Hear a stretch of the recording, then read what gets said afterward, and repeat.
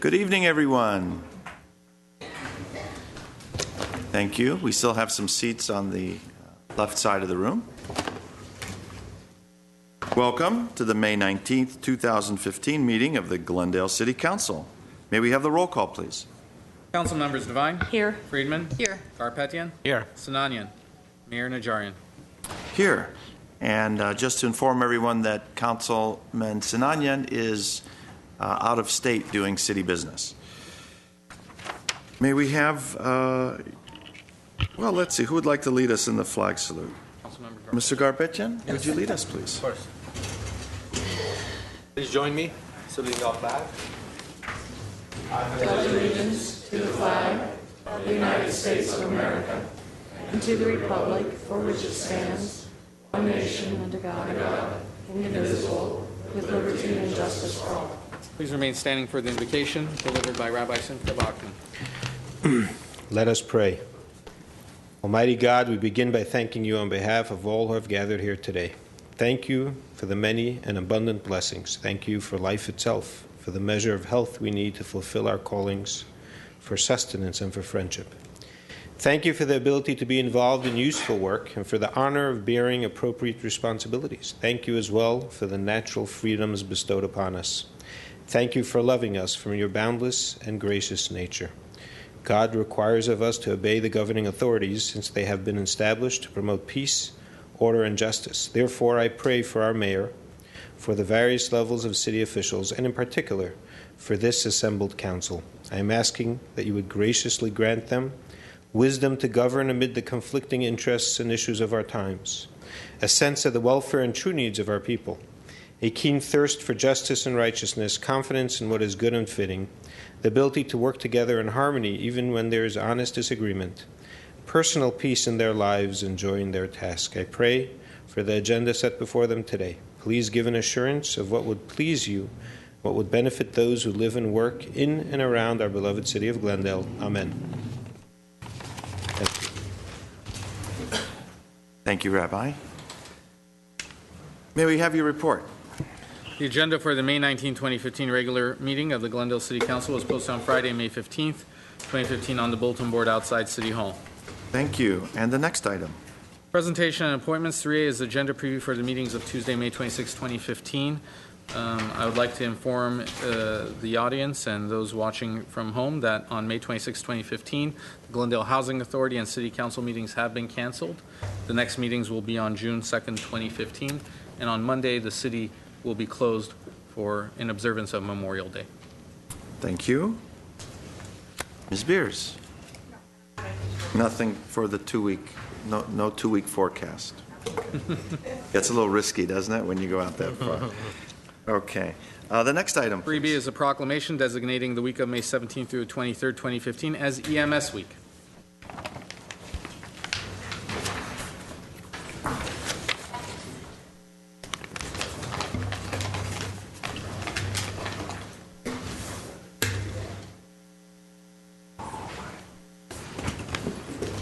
Thank you. Let me read the proclamation and get this rolling in case you get a call. Are you all on duty? Half. This is the proclamation for the EMS. Whereas emergency medical services, EMS, is a vital public service, and whereas access to quality emergency care dramatically improves the survival and recovery rate of those who experience sudden illness or injury, and whereas EMS plays a critical role in public outreach and injury prevention, and is evolving in its role as an important member of the healthcare community, and whereas first responders, emergency medical technicians, and paramedics stand ready to provide compassionate, life-saving care to those in need of 24 hours a day, 7 days a week. And whereas the members of EMS teams, both career and volunteer, engage in thousands of hours of specialized training and continuing education to enhance their life-saving skills. And whereas it is appropriate to recognize the value and the accomplishments of EMS practitioners by designating Emergency Medical Services Week, I, R. Najarian, do hereby proclaim the week of May 17th to the 23rd, 2015, as Emergency Medical Services Week with the theme EMS Strong. I encourage the community to observe this week with appropriate programs, ceremonies, and activities. Council Member Devine, would you please present this? My pleasure.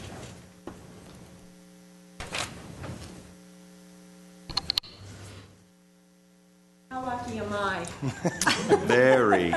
Very lucky. Thank you all for what you do and the lives that you save, and one of the members of my family was among those, so I really thank you. The very heartfelt appreciation, and I'll present you with the proclamation. Thank you very much. Mr. Mayor, members of City Council, my name is Vince Ruffino. I am the Battalion Chief for Emergency Medical Services, and it is my honor to accept it on behalf of the Glendale Fire Department, our local hospitals, and our first responders. Today we have Ron Farina, Executive Director of American Red Cross here, Janet Brooks, Chief Nursing Officer from USC Verdugo Hills Hospital, Cecilia Paisal, Director of Business Development, USC Verdugo Hills, Tony Reyes, Director of Adult Nursing Services at Glendale Memorial, and Karen Brandt, Vice President, Clinical Services, Chief Nursing Officer of Glendale Adventist. Again, I'd like to thank you on behalf of all of us. I am the lucky one who gets to receive this when truly the workers, the boots on the ground, as we always say, is the individuals behind me. My staff, EMS staff, the crews of Truck 21, Engine 25, and all of fire staff is here to say thank you. And hopefully we'll see you all tomorrow at our taco guy. It's a delicious little meal to celebrate EMS Week, and thank you. We love delivering the Class 1 service, level of service, not only to our internal customers, our people behind me, but to our external customers, our community. Thank you. Thank you very much.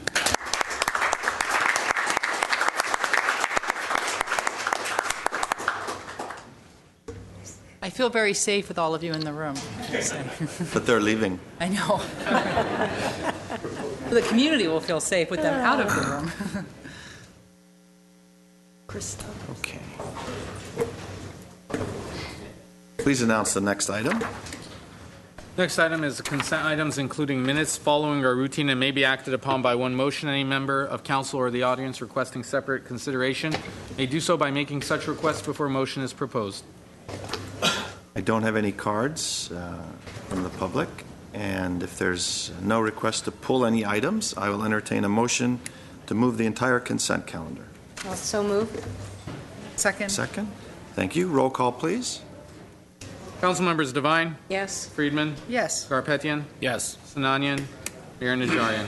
Yes. Thank you. The next item.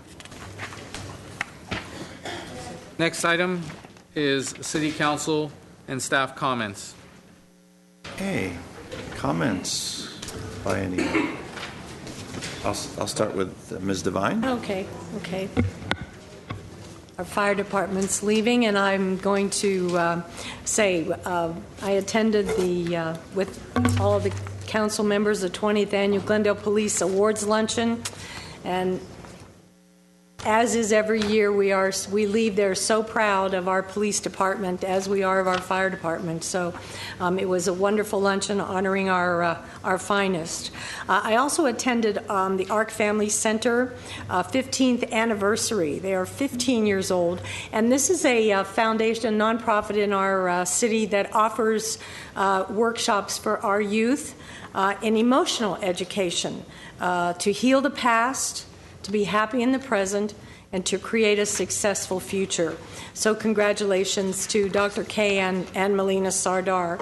And also, Councilmember Garpetian and I participated in the ACE Awards, and that's Character and Ethics, giving awards to our young athletes from all of the schools, high schools, and Glendale Community College in our area. And Jim Fox, former LA King hockey player, was there. And it was really quite astounding to see all of these young people that that participate and volunteer in the community, as well as are good sportsmen and great athletes. So that was quite a privilege to be a part of that. Thank you, Mr. Mayor. Mr. Garbett? Yes, I'm not going to repeat the events that Councilmember Devine and I attended, but we also attended Dodgers Night, this is their 4th year, and it was an amazing night. It's hosted by Glendale Open Space and Parks and Open Space Foundation, and we represented the city. It was an honor to represent our city, and there was 800 of us that night attending that game. It was a fun night. Also attended too many events that I can't go over all of them, but this morning I attended the Crescenta Valley Fort Prayer Breakfast, and Sheriff Jim McDonald was the keynote speaker. It was really nice to hear what he had to say. We also attended the ICSC convention this weekend, International Council of Shopping Centers, a few of us, and we were out there trying to find better businesses to come to Glendale and bring more tax dollars to our city. So it was hectic. It was long, but it was pretty fun. So I want to thank the staff and everybody else who accompanied us, and that's all I have to say today. Thank you. Ms. Friedman? Well, Councilmember Devine failed to mention that she and her husband Art were sponsors of the Police Awards luncheon. So I know that they're very grateful for that, as are everybody else in the community for helping make that happen. So thank you for that. One other event I attended was Temple Sinai here in Glendale on Pacific had their annual fundraiser on Saturday night, and it was very well attended and a very nice event. I'm a member of that synagogue, and it was nice to see everyone get together and come out to support the synagogue and all the good work they do. Thank you. Thank you. I would like to ask the clerk or anyone else regarding our Memorial Day ceremonies. Do we have a slide on that, or is someone going to speak? I believe GTV6 should have one, and if they do not, we can. Okay. There we go. Oh, good. Okay, so this is to remind everyone that the City of Glendale commemorates a Memorial Day right outside City Hall. This, of course, is on Memorial Day itself, Monday at 9:30 a.m. There will be several short speakers and a keynote event, a presentation of the colors, POW MIA presentation. I believe the Red Cross is there. Will you be there again this year with donuts and hot coffee? This isn't what you were going to speak about, was it? No. Okay. Okay. So that's very good. Preceding the City of Glendale event is a smaller yet just as meaningful commemoration in Montrose at the corner of Honolulu and Verdugo in front of the Vietnam War Memorial, and that starts at 8 o'clock. So you can go to the Montrose ceremony and then leisurely make your way down to Glendale at 9:30. There's one in La Crescenta at Two Strike Park. I'm not sure when that's. I think there's a conflict with that, so you can't do all three. But you can definitely do the Montrose and the Glendale events. Are there any comments by staff? Yes, thank you. I'd be remiss if I didn't make note specifically that Mr. Sinanin has made contact to let us know that he is streaming the meeting. It was through my fault that we didn't post it right so he could Skype in. So he will stream it that way next week for the budget adoption. He can participate. Okay. Is there a screen where we can see him, or is it just like a one-way mirror? This one is strictly one way, thanks to the Brown. Oh, there he is, by the way. Hi, sorry. He's going, oh, no. Puts his jacket back on. Okay, as I said, he is out of state on city business, and he would otherwise be a participating member were it not for a glitch in the Brown Act posting requirements. Are there any other comments by staff? Okay, let's move to the next item. 6 is a community event announcements. This is a 3-minute portion. Okay, I have 2 cards. Relinda Biesmeyer, followed by Sharon Weissman. Mr. Mayor and members of the City Council, as you know, I represent the Glendale Youth Orchestra, and I'm waiting for my slides to come up from our concert that was on May 17th, Sunday.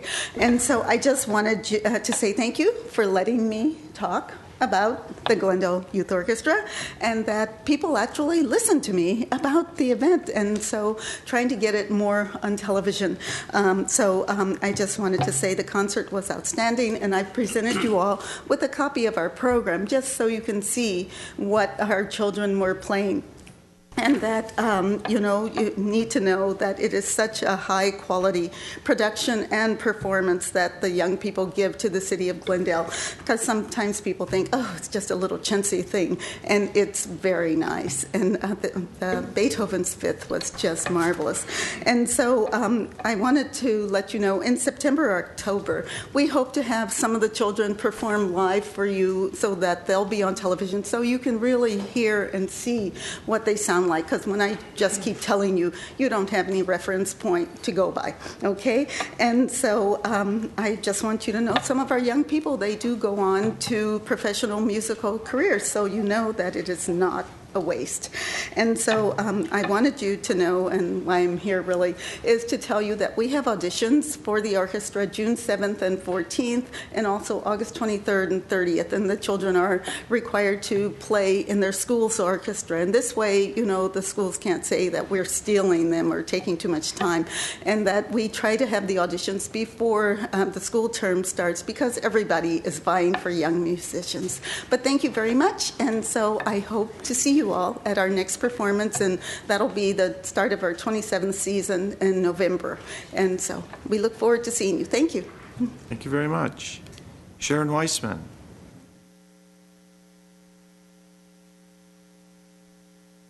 Thank you, Mayor Najarian and City Council. I'm Sharon Weissman from Far North Glendale, and I'm here tonight on behalf of Glendale Beautiful to invite everyone to our June 2nd lunch. It will be at Joe Bridges Clubhouse in Glen Oaks Park, starting at 11:30 a.m., and it's catered by Damon's, $18. And our speaker is going to be award-winning horticulturist Lily Singer of the Theodore Payne Foundation for Wildflowers and Native Plants, and speaking on the wisdom and beauty of growing low-care, low-water use natives in our yards. And if you'd like to join us, please RSVP to me at sharon@jetcafe.org or 818-248-4967. And thank you for your time this evening. And I have some flyers, if you will. Pass them around. Thank you. Thank you.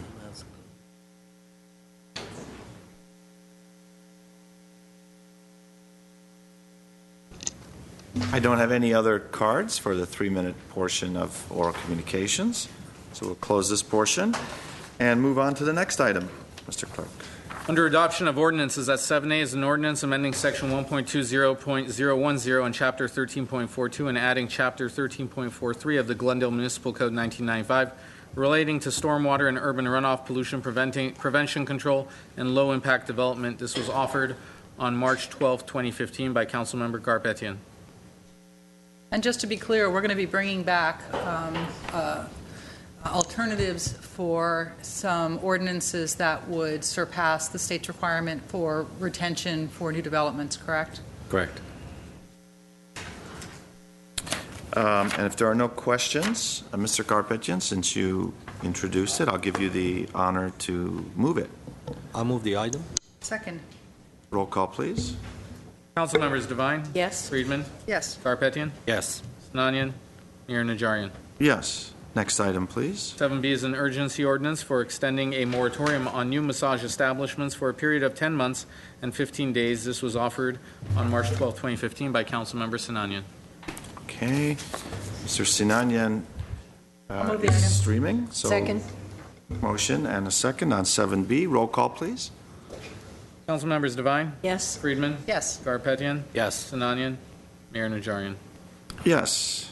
7C, please. 7C is an ordinance amending sections 5.64.010 and 5.64.160 of the Glendale Municipal Code 1995 relating to massage establishments, also offered on March 12, 2015 by Councilmember Sinanian. Move the item. Second. Roll call, please. Councilmembers Devine, Yes. Friedman, Yes. Garpetian, Yes. Sinanian, Mayor Najarian. Yes. Let's move on to item 8, the action items. 8A is Director of Community Development regarding initiation of amendments to Title 30 of the Glendale Municipal Code 1995 relating to landscaping and artificial turf. 8A1 is a motion to note and file report. 8A2 is a motion to initiate amendment. Thank you. Mr. Ochoa. Yes, sir. If it's true that where you stand depends on where you sit, this is a perfect topic for that particular discussion.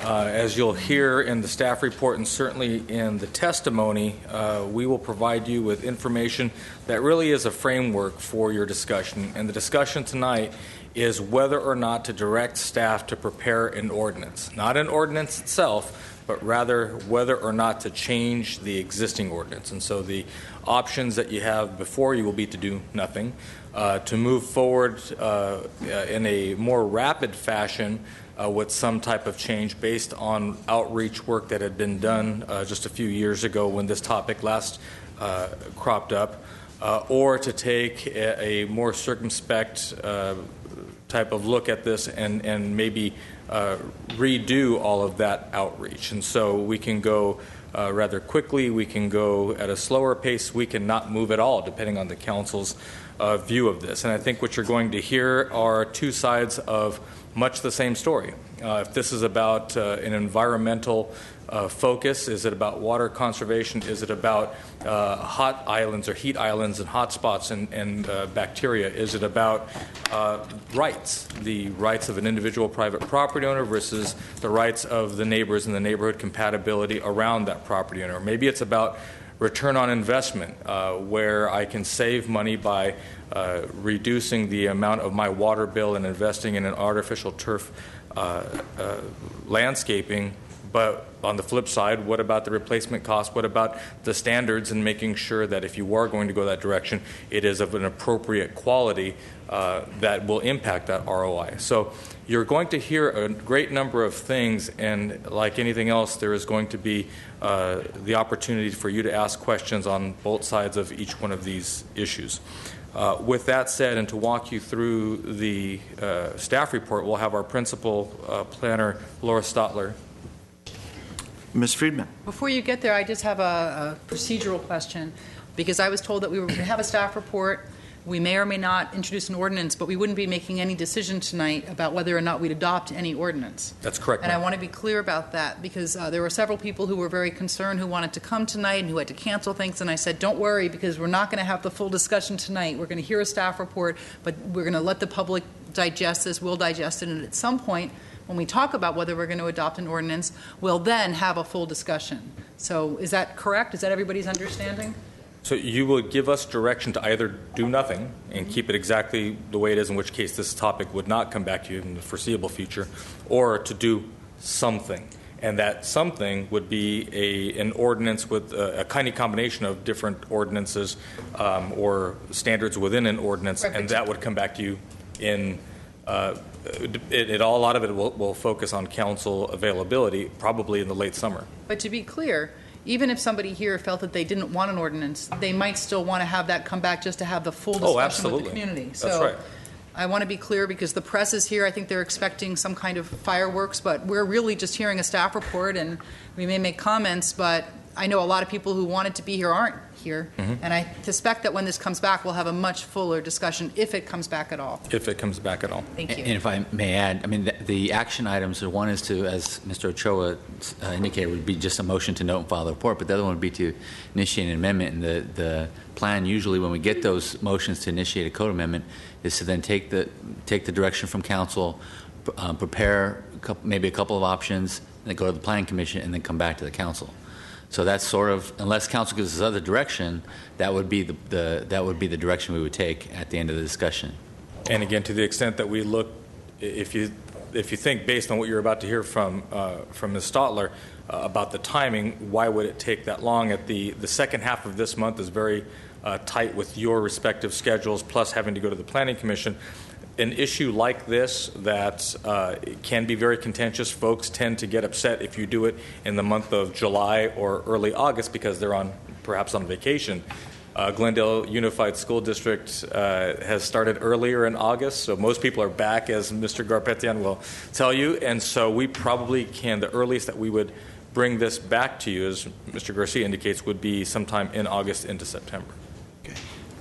Now, that being said, I encourage all my colleagues to defend any position that they may have to bring out and be ready to be challenged by any one of their other colleagues. This isn't the final inning of this. This is perhaps the opening pitch of this process, which may take 9 innings, and we've already tagged that at perhaps 3-4 months from now. So, but that's what we're here for, and we do a very good job of that, and we play well together. Ms. Stotler, please. Mayor Najarian, members of council. The possible actions, I just want to repeat them. First would be to initiate a code amendment. Should you initiate a code amendment, that would start our process of research and also outreach. No ordinance, again, is proposed tonight, and any future ordinance would require Planning Commission review. Under our current regulations, we do permit artificial turf in the backyards in the R1 zone. It's only permitted where it's out of sight of the public right-of-way. It is not permitted in our hillside residential, ROS, and R1R zones, and it is also not permitted in multifamily, mixed-use, commercial, or industrial zones. Back in 2009, you first looked at the issue of artificial turf. In 2010, 2011, we had some sample artificial turf, which was out in our courtyard here. Those 3 options for artificial turf were reviewed by council in 2011. Those are in your staff report. You can see the old staff reports and the old options. Those options came as a result of a lot of public outreach, so they were vetted at that time. Back in 2011, council took no action, so the zoning code remained the same. And the options in 2011 were to expand artificial turf to the flat areas in the ROS and R1R zones. Those are, again, the hillside zones. Consistent with the R1 standards, in other words, as long as you didn't see it from a public view, you could and they were in the backyard, you could have that artificial turf. Another option that was looked at is you could expand artificial turf in all the zones to allow them on the flatter portions of the property as long as they were outside the street front and street side setbacks. So in other words, if you're in the R1 zone, you're looking at having artificial turf 25 feet back on their front setback, ROS and R1R 15 feet back from the front setback. And then there was perhaps even more restrictive zoning that was a third option. That would be allowing artificial turf that could not extend beyond the closest point of a building that was in the R1R, ROS, or R1R zone. So if you have a building that was actually built at a 30-foot setback, you couldn't have artificial turf any closer than 30 feet to the street, whereas otherwise the zoning perhaps in an R1 or ROS would allow you to have it much closer. So that would effectively be in the side yard? It's in the front yard. It could be in the side yard, outside the front, outside of the step backs. So for possible actions tonight, we're looking at initiating a zoning code amendment. Initiation, again, it starts the process of research and outreach. If you choose to go with one of the options that was looked at in 2011, that research and outreach has already occurred, so that would be much faster for us to get an ordinance to you. If you were to go with option 4, which is in the report, that would be an additional work effort, and then that one would be full outreach again, and we're looking at that taking perhaps as long as a year. Any future ordinance would require Planning Commission review again. Now, in your staff report, we do outline 4 alternatives on page 3. The first one was just to receive and file this report. It would effectively keep our zoning code as it is and make no changes. Were you to go with alternative 2, this would be to initiate one of the 3 options that were looked at in 2011. If you were to initiate one of those tonight, then we would proceed with that. We would prepare an ordinance for review by the Planning Commission and bring it before you. And again, we would be looking at several months to do that, but that would be one of the faster options. Were you to go with alternative 3, that would initiate amending the zoning code, directing the staff to develop alternatives, conduct outreach, and prepare a draft for Planning Commission and City Council review. This would be a new outreach effort. This would be citywide, and it would be addressing current issues facing artificial turf. And the other option we have is alternative 4, council may wish to consider any alternatives which are not proposed by staff. And that concludes staff's presentation. I'm here to answer any questions. Okay.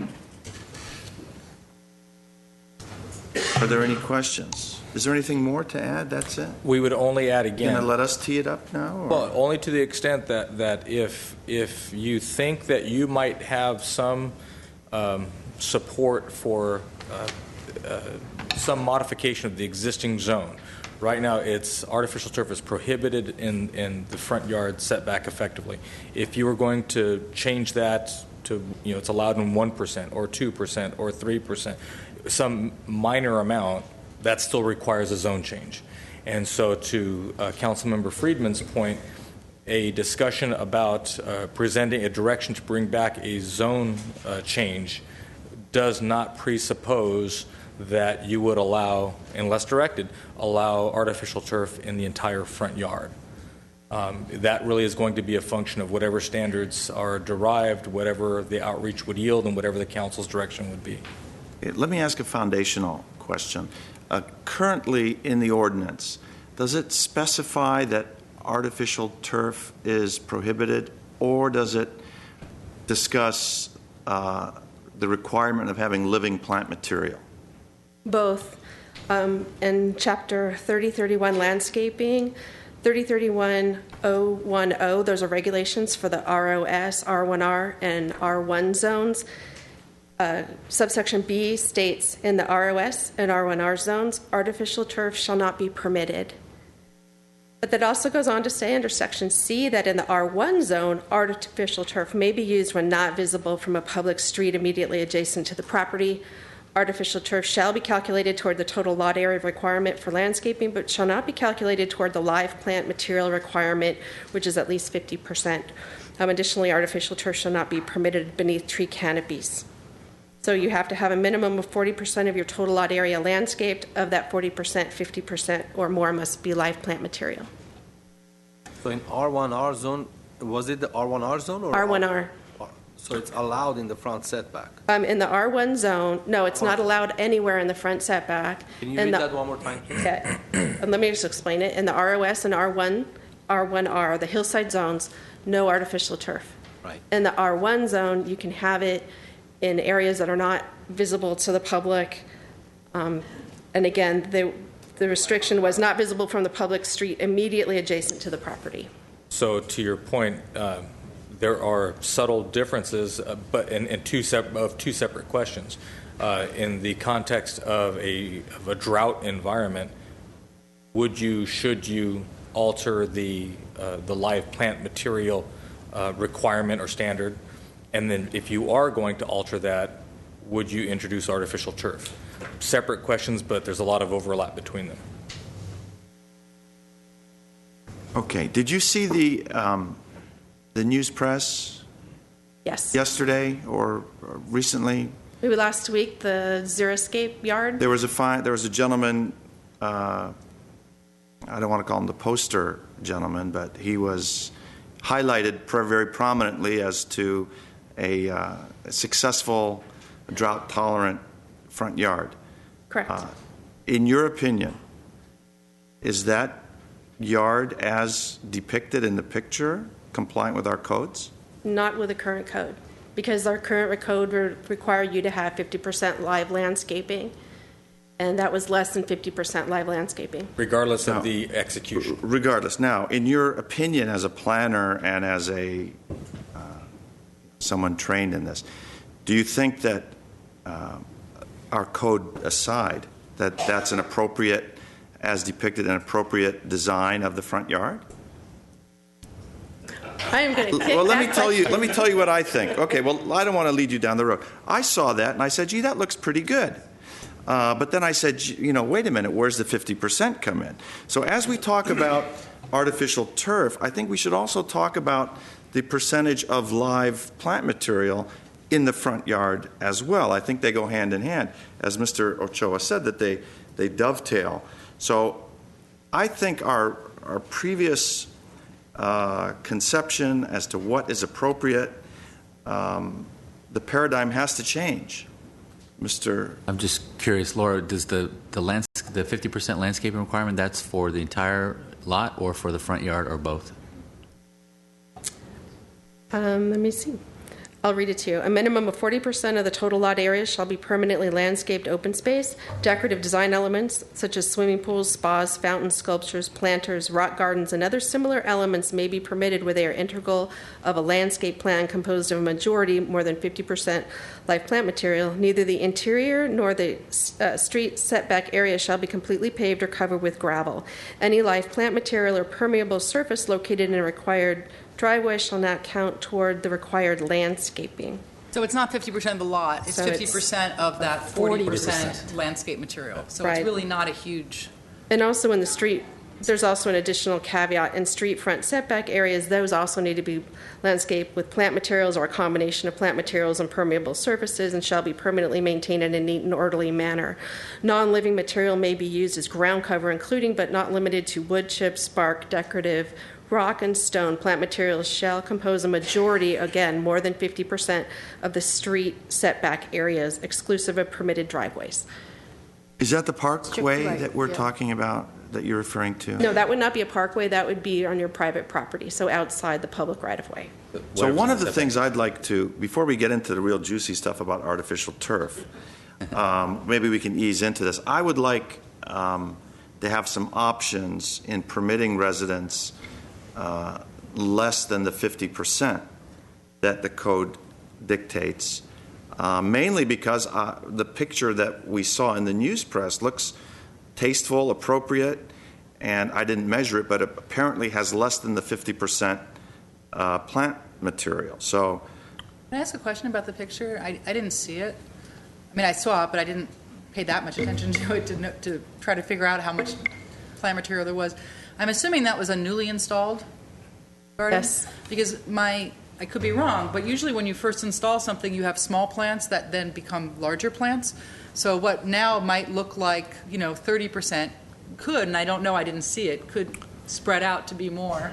But I understand what you're saying about the aesthetics of it. Well, and here's the caveat is the fact that Mayor Najarian thought it looked fine, and I thought it looked barren. And so then you get into that discussion of, is it 50% or 30%? Well, and just our rule of thumb is we anticipate when we see a landscape plan come in, we know plants are going to grow. And so we always assume that, all right, there's going to be a percentage of growth that will occur. So even though it may look like perhaps when they first put it in, only 30% is actually covered, we know that eventually the plants will grow to a larger size. And our rule of thumb is we try to anticipate what will it look 3 years out. okay. Mr. Garbettian. I have a question about that 40% and 20%. That 50%. That 50% of that 40%. Let's say you have a lot size of 10,000 square feet. 4,000 of it has to be landscaped. 2,000 of that has to be 2,000 square feet has to be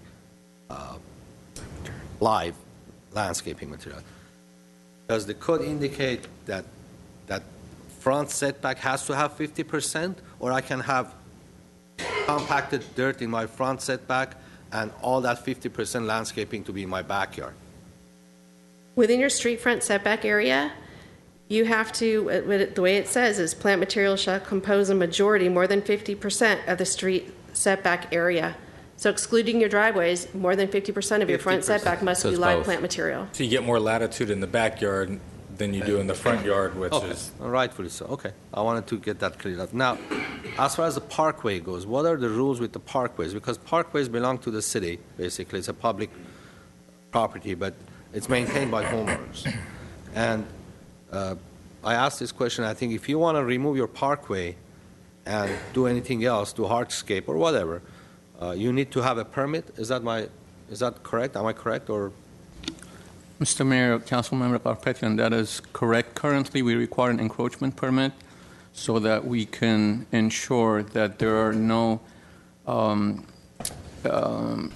nothing placed in there that will cause tripping hazard. okay, Right. And we are working on standards that would mirror the front setback regulation and the codes, so it'll be exactly the same. That was my second point, because if it's going to mirror that front setback, so 50% of your parkway has to be live material. As live it landscaping stands, material. yes.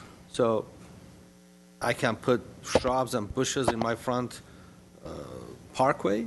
Isn't that a hazard for people trip and fall? And That's why we need to see a plan to ensure that the height doesn't limit access through the parkway and doesn't create tripping hazards. In other words, you So that can't they're plan low something lying. that would make someone who parks a car not be able to open their car door. That's a big thing they want to watch out for, right? I Okay. mean, that's my Yes, understanding. that's one reason, yeah. Because it's usually they're often right next to the street. Or for folks trying to get onto the sidewalk from the street, so you can't impede access. And probably the reason that most people have grass on their parkways and not big plants. and it looks good too. Yeah, sure. Okay. Well, let me just take a first swing at it.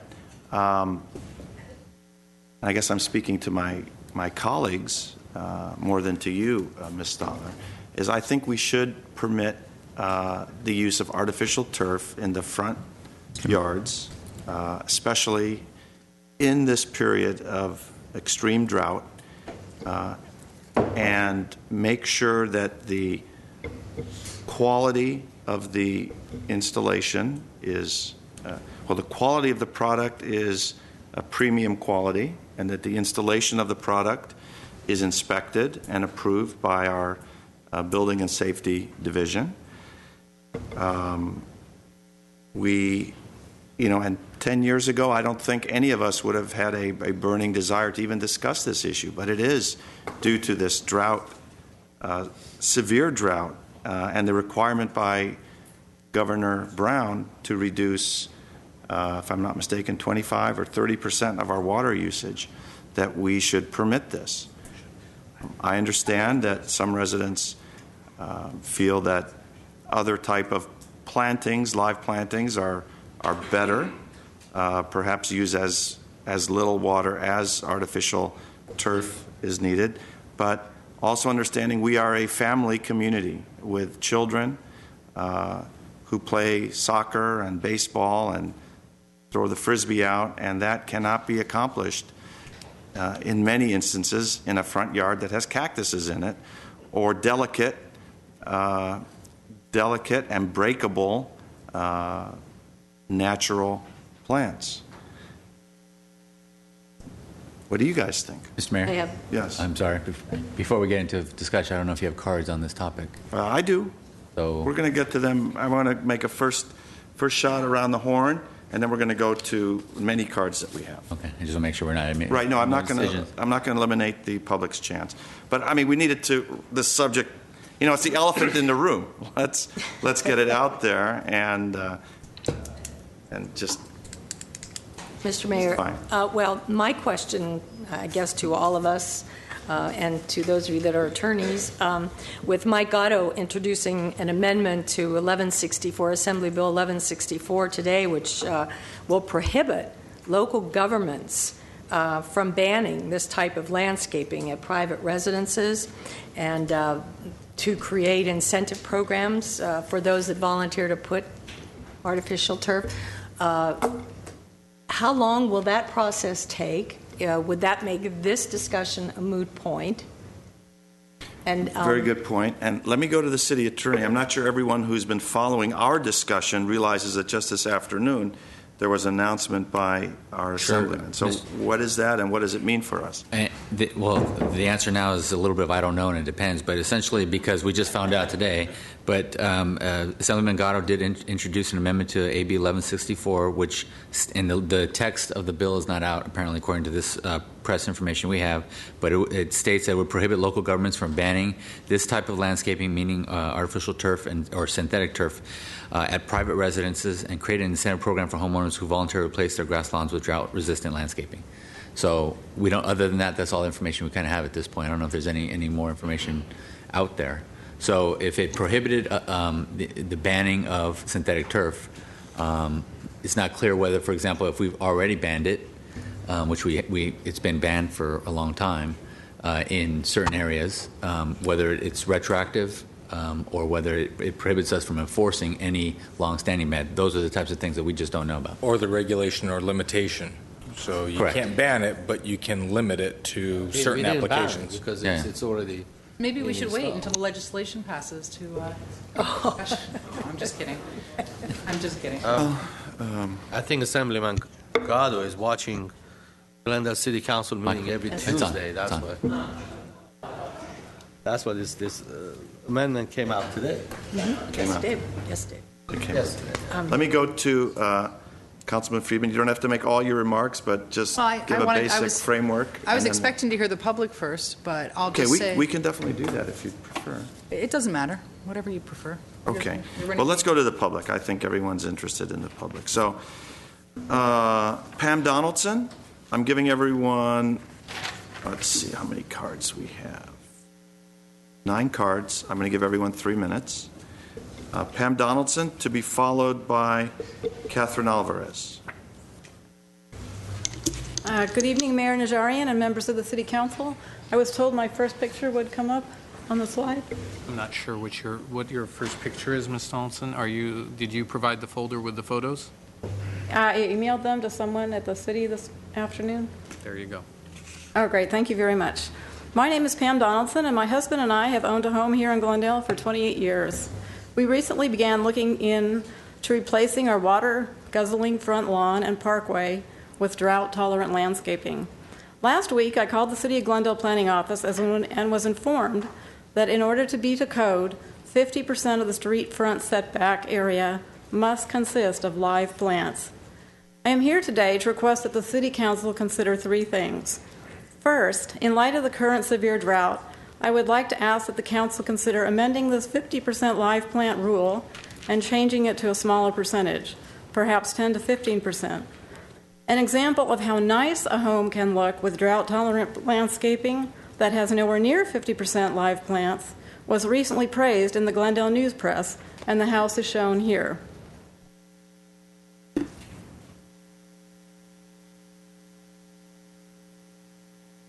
Is that the parkway? Oh, that's something else. They have the pictures out of order. I'm sorry. At any rate, I'll continue. Rocks, Where's the parkway? Can you go back 2 decomposed slides, granite, please? and some new landscaping were installed with an eye-pleasing design. According to the news press, this Glendale homeowner reduced his water usage by a considerable amount and, quote, the new look started turning heads in the neighborhood. To my eye, however, the homeowner's new drought-tolerant landscaping that he received a rebate for from the Metropolitan Water District does not appear to have anywhere near 50% live plants, and yet at the same time it looks lovely. My husband and I would like to install desert landscaping at our own home. However, we have not done so because we do not wish to plant 50% live plants, the current code. We wish to conserve water, and even drought-tolerant plants require some water. A revision to this 50% requirement seems well warranted. Second, I am here to request that the city consider adopting written guidelines for what kind of plants, rocks, bark, and decomposed granite a homeowner can install on their city parkway. Some homeowners here in Glendale have put large rocks on their parkways, as is shown in some of these slides, making it difficult for people to exit their cars safely and cross over the parkway to get to the sidewalk. Some have planted large cacti with thorns on the parkway. The City of Los Angeles has adopted guidelines outlining what low-lying drought-tolerant plants homeowners can safely put in their city parkway. It would be wonderful if Glendale could adopt similar guidelines. Thirdly, I would like to request that the city adopt guidelines requiring homeowners to maintain their drought-tolerant landscaping. I have seen many instances in Glendale where bark or stones have overflown from a homeowner's yard onto the sidewalk, looking very messy and making walking on the sidewalk a potential hazard. In If you could conclusion, conclude. Yes, that's. your consideration of the revision to the 50% live plants, the adoption of parkway guidelines, and the adoption of guidelines that homeowners maintain their desert landscaping is much appreciated. Thank you very much. Thank you. Do you think we could go back to that, one of those slides that shows that front yard or that Sure. side yard or whatever that was with the Can you pull those up again? drought Mr. tolerant, or not the parkways, Can you zoom in a little? That, Which part? are there any plants there? One, There's 3 trees. 3 tree. Okay, and the next slide, please. Okay. It's dead grass, though, I think. Isn't the brown stuff No, dead that's grass? dirt. That's dirt. That's dirt. Oh, DG? Decomposed granite is Well, the in brown. in the waterway. No, the brown. The ground? Oh, okay, right, okay, got it. Okay. And I'm assuming, Mr. Galani, that those parkways they're not legal. You are correct. Yeah. Okay. No permits. No addresses were given, No so permits, it's not a problem. Okay, Catherine Alvarez, followed by Sharon Weissman. Mayor and City Council members, thank you for letting me speak. I spoke a couple weeks ago asking that the turf issue be brought up and discussed. I think the mayor was accurate when he said the state has required our cutback by 25% as of April 1st. And I know the Metropolitan, who I believe we get our water from, had a 15%, but now they're abide by the state cutback. And for this city to receive a $10,000 a day fine if we were to exceed what that cutback would be terrible. To me, I've lived in the La Crescenta portion of Glendale. My parents bought the house 50 years ago that I live in. And Glendale, to me, has always been a following. We take initiative to do things first and bring it into the forefront. I do agree that we need to make sure that whatever artificial turf, if it is voted on, is quality. This turf that I want to put in my front yard, because I do have grandchildren I'm raising and I want to make it kid-friendly, is a high-quality U.S. made right here in California. It's not one of those companies that does not exist for very long that manufactures in China. I know that in many previous talks of different agencies, they've had concerns that runoff water may have lead in it or other hazardous heavy metals. This one is lead-free and has no hazardous heavy metals in it. My front yard, the portion that I would be putting turf in is less than the 50% of my front, and I will be putting it in the back also eventually, but the front has already begun, and I did not find out of this ordinance until after my front yard was torn up completely. It's 1,200 square feet, the front yard that I have. 1,000 square feet of putting in turf saves 57,000 gallons of water a year. And I don't believe that we could take any shorter showers or flush the toilet less to be able to save that much water. I mean, this is, if we're going to pull on it, this is the United States, and we have a lot of freedoms, and we should be able to landscape our own yards that we have worked for a generation to own, as long as it is tasteful. I agree. And this product is very tasteful. So I would ask that you, yes, research it further and vote to let it. I would like it if we could do it like Friedman had said, why don't we just wait and see what happens with the AB 1164, but we're not followers. We're leaders. So why don't we take the initiative and do it first? Thank you. I have a question. Question, please. Do you have a price on that? Like, how much would that cost for 1,000? What did you say? It's $9 a square foot installed. I know. And it ranges from 7 to 15, and I chose a middle ground because I felt it was the best quality that would withstand my grandkids playing on it, but also not break my bank. Okay, thank you very much. Thank you. Sharon Weissman, followed by Grant Michaels. Hello again, I'm Sharon Weissman from Far North Glendale, and I'm here to urge you to not allow any more fake plastic grass in front yards. I don't think Glendale should go backwards. In fact, if you change anything, I'd like to see it changed to discourage artificial turf everywhere except perhaps sports fields where it's needed for the extreme usage. The use of fake artificial turf is not consistent with sustainability. It gets too hot to really allow children to play on it without using water to cool it down. The crumb rubber, my understanding is it does have toxic lead in it, perhaps the grass itself, but then the things that they go into it to allow people to play on it, sports to be played on it, is toxic. And it doesn't allow water to permeate, to go into the ground. It just runs off. And pet waste and wildlife waste and toxic gases, toxic debris coming up from roads remains there on the plastic. I don't think it's a kindness to have children play on it. I would suggest some of our parks with actual natural environment is a much better place to take one's children and grandchildren to get exercise in natural environment. Considering my generation grew up in a lot of homes where tobacco was smoked because people didn't know any different, and that had long-range health effects on many children. Why would we want to introduce something that's potential for long-range health, negative effects?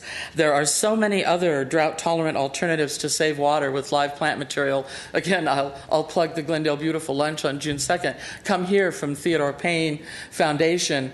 All the alternatives, lots of Mediterranean-type herbs. If you look around the hillsides, people who have planted rosemary without watering at all, it stays green and it's lovely and it attracts bees and butterflies and lots of positive things.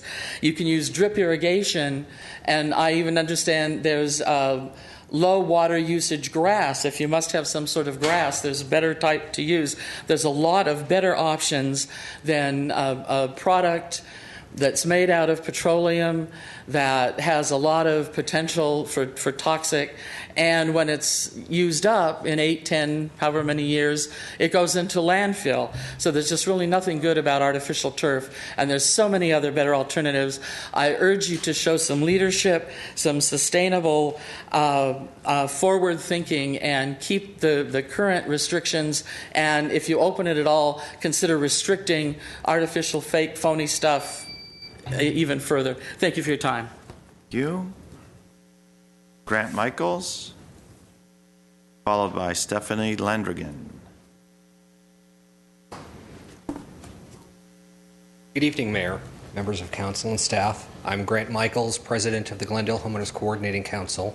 I would like to thank the community development staff for coming and discussing this issue with us at our last meeting. We are supportive of a more in-depth review of this issue and landscaping in general.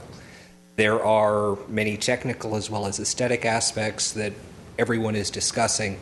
Those deserve to be addressed and considered. We would also add to that, we'd like to see many community outreach meetings as part of this discussion so that the opinions of the community can be considered as well. Thank you. Thank you very much. Stephanie Landrigan, followed by Patrick Masihi. Good evening, Mayor Najarian, and congratulations to our 2 new council members. I'm Stephanie Landrigan, a Glendale resident, and I hope that you received my email earlier. I won't reiterate all of the elements. The concerns I have with artificial grass being expanded will go into the hillside. The requirements really need to be very carefully considered.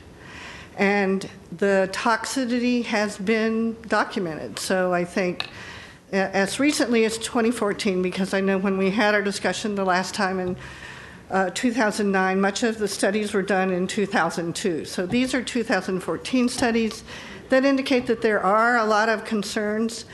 The city of New York is considering not outright banning it, but really requiring a lot of testing on anything they use in any of their parks and recs. What I would like to just encourage you to do is to remember that we just got an award for the Greener Glendale initiative that we did. We've banned plastic bags, and now we are thinking of plastic carpet.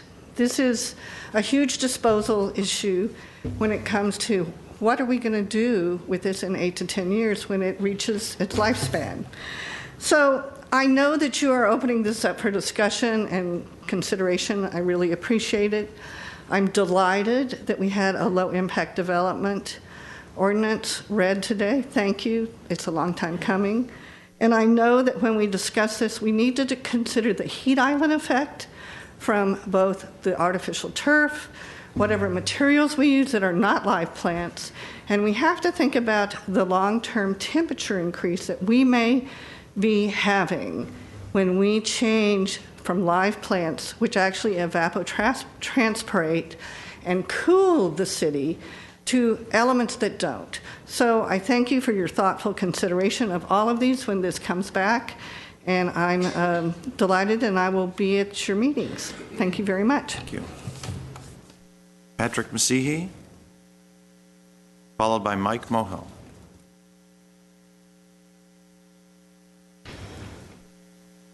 Mayor Najarian, members of City Council, my name is Patrick Massey, Glendale resident. This issue is all about the freedom of choosing what you want to have on your property. And I'm very happy that Mr. Gatto has introduced that bill, and if it has passed, technically there's nothing that the City of Glendale can do. And thank you, Ms. Paul Devine, for bringing that up. This issue is about having the ability to save water and money. And for all of you that are against this particular artificial turf issue, let me remind you that the cost, as the lady, Mrs. Alvarez, I believe her name is, indicated, the cost is so high that very few residents will take advantage of this. But at the end of the day, it comes down to your ability as a homeowner to choose what you want to have in your front lawn. You have a lot of work to do in terms of reducing that 50% live plant down to maybe 10%, as another lady pointed out. That's going to be the issue, because if you have a 50% live plant rate requirement, you're not saving any water, let's face it. This thing is going to be there, patches are going to be there, and that 50% plant material that you have to have in the front yard, live plant material, is going to require water. You know, we live in the best country in the world because we have freedoms in this country. You can drive a Toyota Prius, or you can drive a Dodge Charger with 707 horsepower that gets you, 18 miles a gallon? LCAT. So that's what it's called. Exactly. You have the freedom to choose if you want to drive a gas guzzler or an electric car. You can go to the grocery store and buy meat or vegetables, and nobody should criticize you because you like to buy meat, and nobody should criticize you because you're a vegetarian. We have freedoms in this country, and all of us should basically take heed to that idea of allowing individuals to choose their destiny. And unfortunately, when it comes to this issue, we have a group out there that always likes to say no to artificial glass, no to vinyl windows, no to this. People have choices, and they should take advantage of that. It's all about saving water. It's all about saving energy, which is the number one topic right now. People want to be less dependent on foreign oil, for example, in many situations. That's why people drive electric cars. And this is all about having choices in this city. And, you know, I recently, through the Freedom of Information Act, asked the city to provide me the Tier 1 ratepayers for single-family residential zones for the past 5 years. Unfortunately, the city did not have data for 5 years. They provide me data for 3 years. And guess what? The Tier 1 users have not gone up by any means, because people already save water and they cannot take 2-minute showers. Their front lawns are eating all the water. So people are already conserving, and our Tier 1 rates have not increased in the past 3 years because of that fact. This is going to help people save more water so we can increase the Tier 1 rate users. And that's what the state wants. Thank you. Thank you. Mike Mohill, followed by Louise Peebles.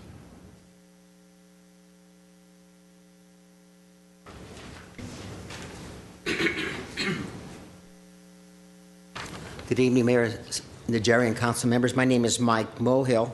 I don't want to sound redundant to the previous speakers, but I find there's hypocrisy in this room. We're talking about water conservation, yet the city approves over 4,000 new apartments and condos. Why are we approving apartments and condos when we're going ahead and asking everybody to save on their water? Does it mean that the people in these new condos will not be using any water or flushing any toilets? You're making the people, residents who have, the homeowners have lawns and so forth, to suffer because you decided to make it more feasible to have more apartment dwellers. So we have overpopulation, artificial turf affects the environment. I will not be redundant, that's already been spoken for by other speakers. The living plants are the best.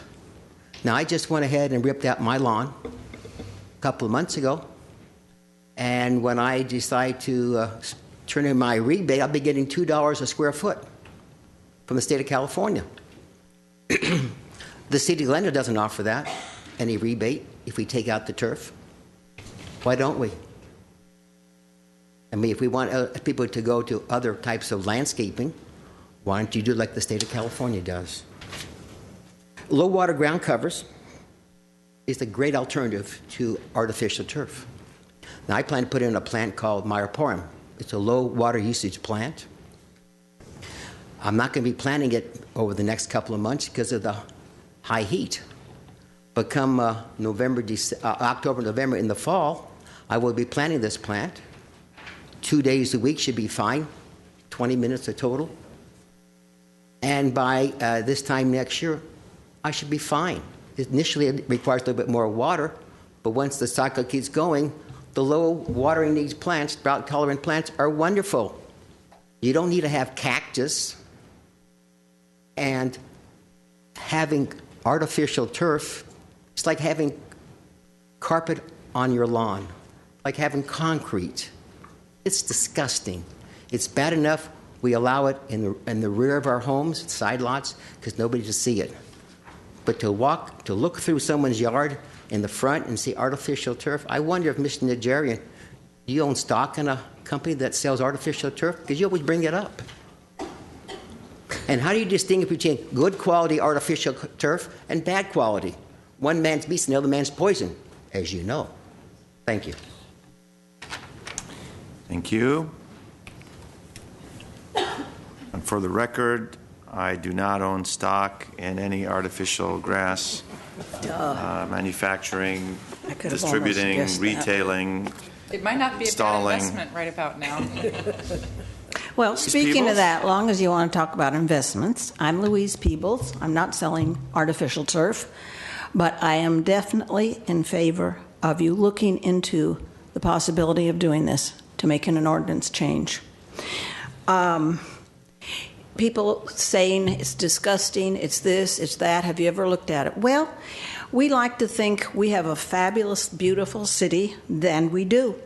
That we're ahead of a lot of cities and doing a lot of things. Some things we do and some things we don't. I think many of you in this room probably familiar with the area of Toluca Lake.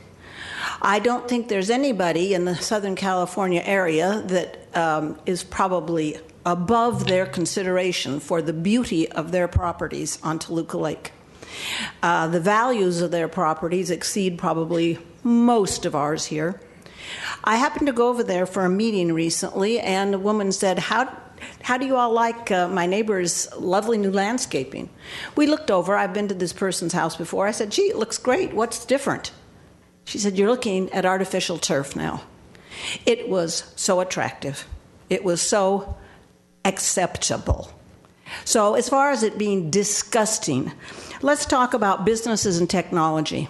If this is going to be taking place in different communities, Americans and American business people are great entrepreneurs. I cannot imagine that over the next few years we're going to be stuck with the stuff that was originally put out there close to 10 years ago when this first got going. You have fairly acceptable products now, and I bet as time goes on in the next few years, they're going to be even better.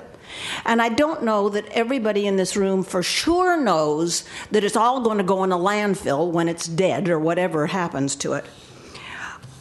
You know, that covers the beauty in the eye of the beholder type of thing.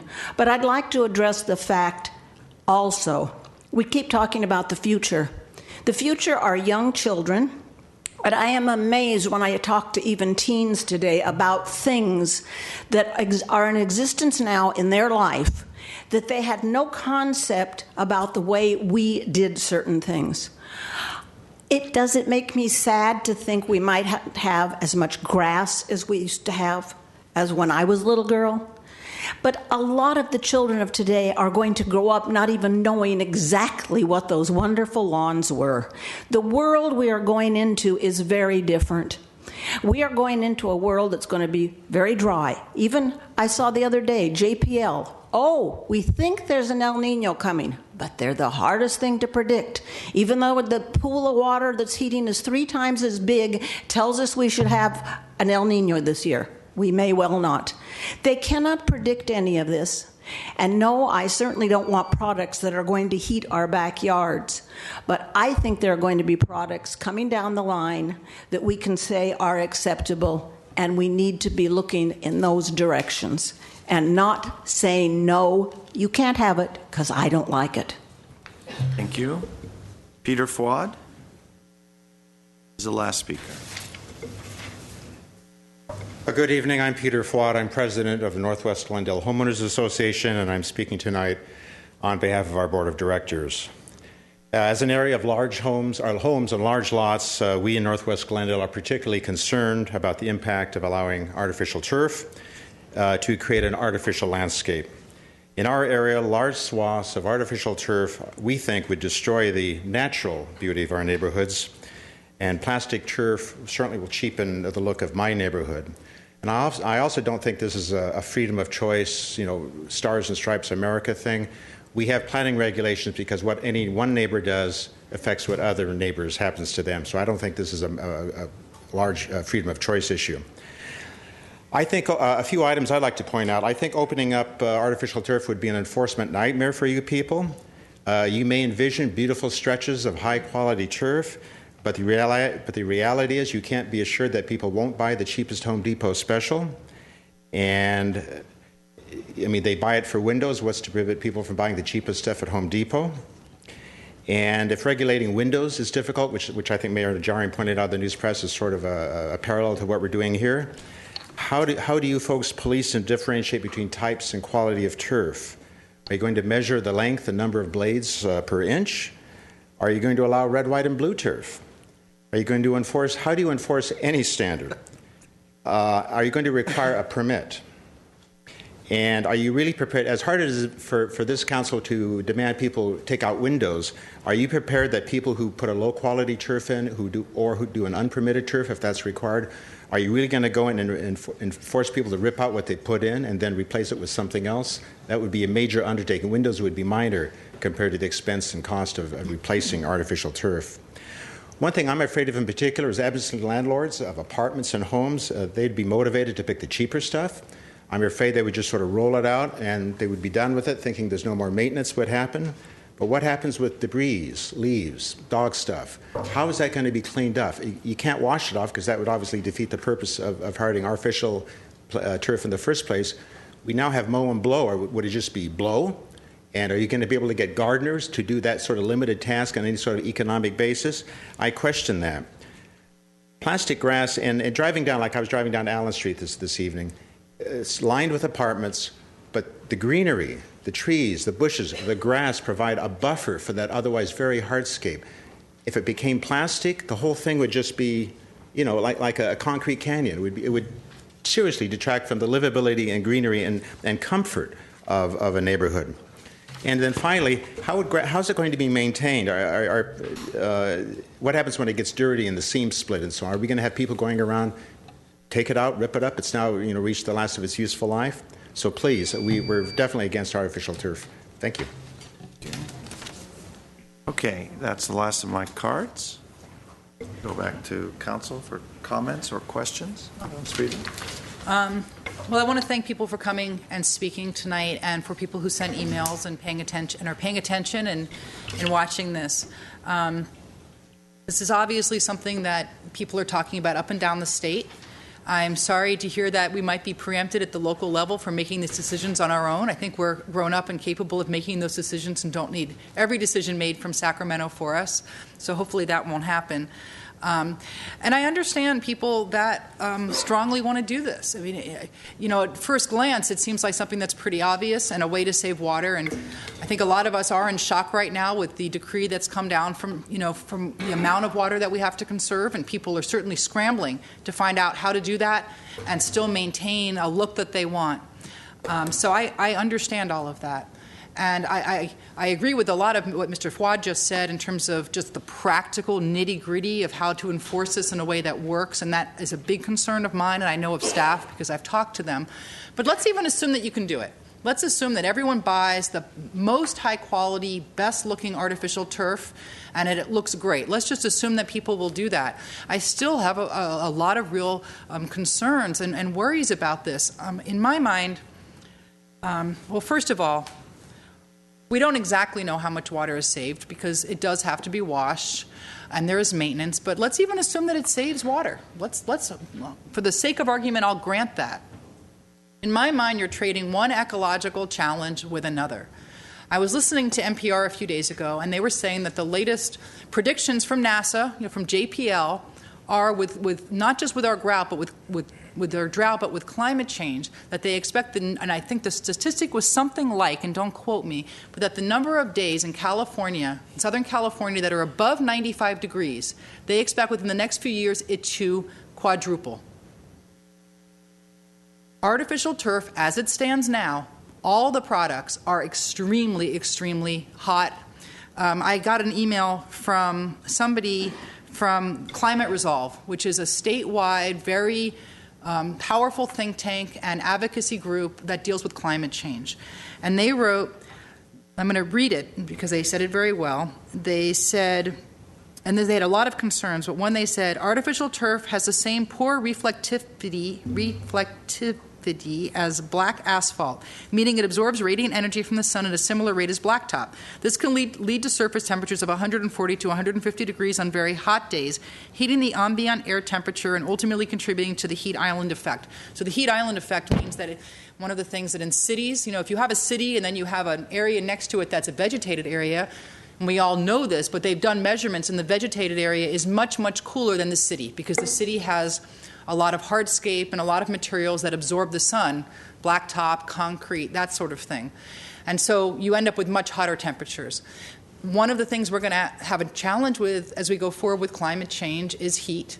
Heat evaporating water too quickly out of the ground, making us run our air conditionings more on a hot day.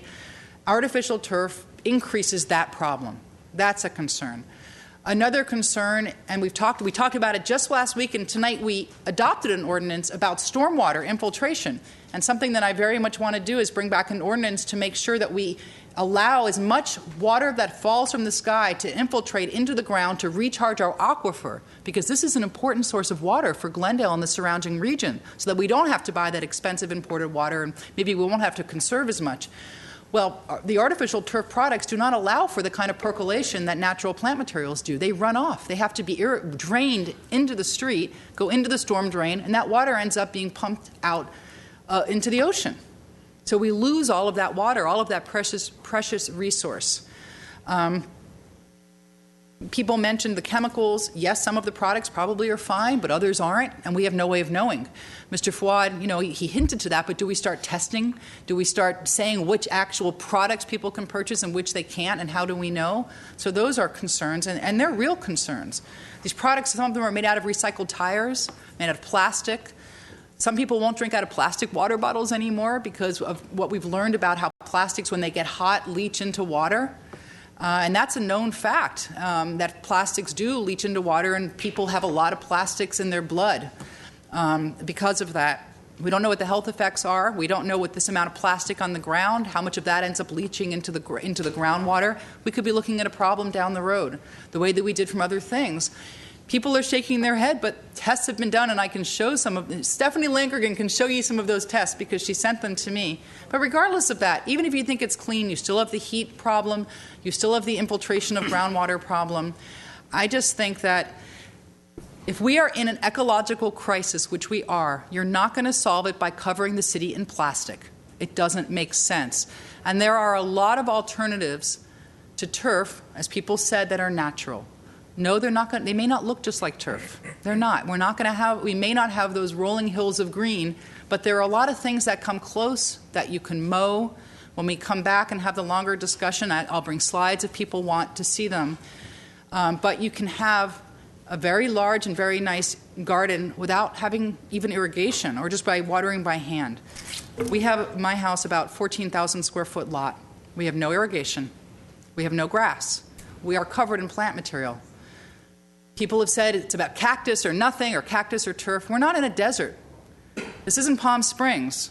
In fact, if you try to grow cactuses, you may not even be successful because we do have just enough rainfall when it rains to probably kill a lot of cactus. And we don't have that kind of dirt. We don't have sand. We have a lot of rich soil here. But there are a lot of California native plants that are used to drought, no drought, drought, El Nino. That's what they evolved in, and they're very well suited for it. And they're beautiful. And there are a lot of wonderful examples around Glendale, not of sparse-looking landscapes. The one we saw, may look very nice to a lot of people's eye. To me, it looks, it's nice. It looks like a Palm Springs garden to me, more than a Southern California garden. Here in this part of the area, but there are other gardens out there that have no irrigation systems and that use drought-resistant and native plants and look really beautiful. And there's nothing to stop people from having some turf. If you want an area where you want to sit with your kids or play ball, there are, as somebody said, there are turf alternatives that you water twice a week. They may not always be completely lush, but they will live. And as Mr. Masihi said, there's some choice because nobody's ordering you to pull out all your turf. If you want to pay for it, at this point, you can still water your yard. Even you can water twice a week, and you can use hoses. Absolutely, you're allowed to use a hose to water your yard. I think every day of the week. If they have if you have a cutoff, there's no restriction on hand watering, so you can hand water turf. I'm not recommending it. You absolutely can with our ordinance. Yeah, don't listen to that. People are shaking their head. Mr. Galanian, can you give us some clarity? You want to come up and just remind us of what all the restrictions are? Well, we have an obligation as a region to cut our water I'm not down. arguing about that. I'm not recommending people do that. But you just said you could water it if you want to. Well, you can. Legally, you can. Mayor Najarian, members of the council, my name is Michael DeGhetto. I'm the Assistant General Manager for Water at Glendale Water and Power. What I would urge at this point, and I think this is a great discussion, but I'd really urge everyone to cut back. Mm-hmm. There might be a lot of brown lawns in the summer because we need to meet that 20% cutback. Sure. So, but you can do hand watering. The code allows that. Okay, thank you. All right, thanks. Again, there are wonderful drought-resistant alternatives out there, so it's not a choice between dirt and artificial turf. It's not a choice between cactuses and artificial turf. There's a lot of other alternatives, and I do recommend that people take a look at them. Go to the Glendale Beautiful luncheon and hear the people from Theodore Payne, or you can drive to Theodore Payne. It's in Sunland. It's easy to find, and they have great examples of things that you can put in that look really good. Yarrow is something that's very short, under 6 inches, that can even be mowed. That's a turf alternative, and there's others out there. So I understand the desire to look to this as an easy solution. I get it, but I am worried about all of those other unintended effects of this product. And before I go to the next speaker, let me ask you, you can answer now or a little bit later, what issues or changes or modifications would you like to see, if any, to the current ordinance that we're discussing? It includes percentage of yard. It includes location of parkway issues. So you can think about that. Just one other thing I didn't mention that plants also do is they clean the air. They take carbon monoxide and they turn it into oxygen. And we're in an urban area where, that is an issue. And Mr. Fouad hinted at that, talked about that in some of the denser neighborhoods where there's not a lot of greenscape. And absolutely, it makes a difference. In areas, you can tell the difference in air quality when you go into the hills in Glendale, when you're in an area that has a lot of foliage, and when you're in downtown Glendale. There's a marked difference in heat and in air quality, and it's because of live plant material. So you take away that beneficial effect as well by having artificial turf. So that's also a concern. I don't think, again, that is a choice. It's a real choice between having just decomposed granite everywhere and artificial turf. I mean, you can have drought-resistant plants that use very little water that you can put a drip system in and keep them going with a minimal amount of water, and then you get all those other benefits of having cooling, of having cleaner air. The DG, the artificial, the ground cover, at some point people are going to start complaining about dust and all that kind of stuff too. So I don't think we need to make that change. I'd rather see people concentrate on putting in drought-resistant and native plants. I think that's a solution that works without having to. And one other thing about the 50%, people are not out there measuring people's yards. I mean, this tends to be something that's complaint-driven when things really don't look good.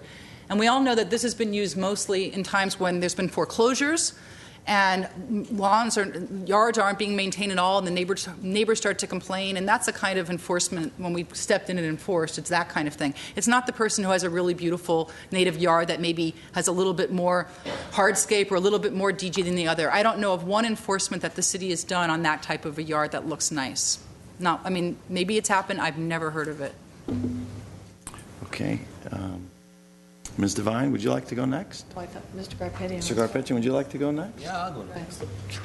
Go I used to be a last. boxer. I don't mind. Okay. I think anybody who knows me knows my feelings about property rights. I play on artificial turf. My kids play soccer. They play on artificial turf. And I have my concerns sometimes because I heard a lot of different stories about the environmental impact of the turfs and the current issues that they have with soccer players. But I don't have any solid material in my hand today to make an educated decision or suggestion. Now, on Hillside, I have some notes here. I'm going to go over them in not particular order. I just wrote them down. So, on Hillside lots, I don't know how are we going to install on steep hillsides artificial turf because they're going to look like a carpet in a few months because they will run. There's no way that you can hold them in place. As far as quality, how do we enforce quality? Are they going to go to the design review?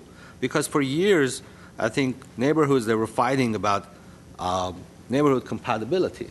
And I think that's one of the issues that I have that I would like to be addressed if we're going towards this route. When this comes back, we need to look into it. As far as the material itself or use of the artificial turf, we allowed it in the rear yards. I wanted to know what percentage of our population, of our homeowners, use that in their rear yard. I don't know. Sometimes there's a hot topic that comes up because there's drought and Assemblyman is bringing a AB 1164 and everybody is jumping the gun on one side or another, and we have these heated discussions on issues that may not be an issue overall. Because I wanted to find out what percentage of the yards were turned into artificial turf yards, but I don't have a number because they don't have to put permits on it. I don't think too many people used it, and in front yards, I don't think too many people are going to use them either. One is me. The freedom of choice, Mr. Messier indicated, that will be my choice. I'm going to water my lawn twice a week and roll the dice. Hopefully El Nino will come around and we will be home free. But I wanted to know, I don't have a survey as to what percentage is going to be used. So then the comparison to asphalt and the heat and the water not percolating into an aquifer, it's all going to be decided that way because I don't know how much grounds are we going to cover. And my main issue is the parkways. I mean, we have few properties in our neighborhood in Verdugo Woodlands that they took the parkways out already, and they have this ugly gravels that it's all over the place.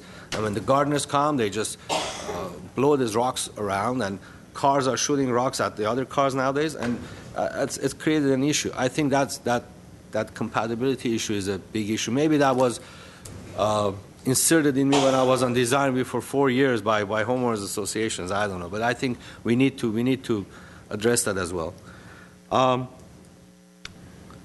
We allowed the turf, the artificial turf, to be used in rear yards. I wanted to know, was there a report as far as all these issues that we're talking about today?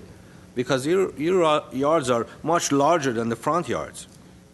If everybody is going to take it out and put artificial turf in their rear yard, we have an issue on our. I wanted to know if there was a report, an environmental report, one way or the other, if it's clean or it has issues. I don't know that today. The health aspects of it is not clear to me. Brown lawns, I know we took that off, that ordinance is suspended, but we need to make sure they maintain their brown lawns, because I've seen few yards that the weeds are growing up like 2 feet tall already. So maintenance has to be done instead of just letting your yard go. And while one of my colleagues are speaking, I'd like to see the samples that you brought in, if you don't mind. And also, how does it stand against gophers? Because gophers are tearing up my yards.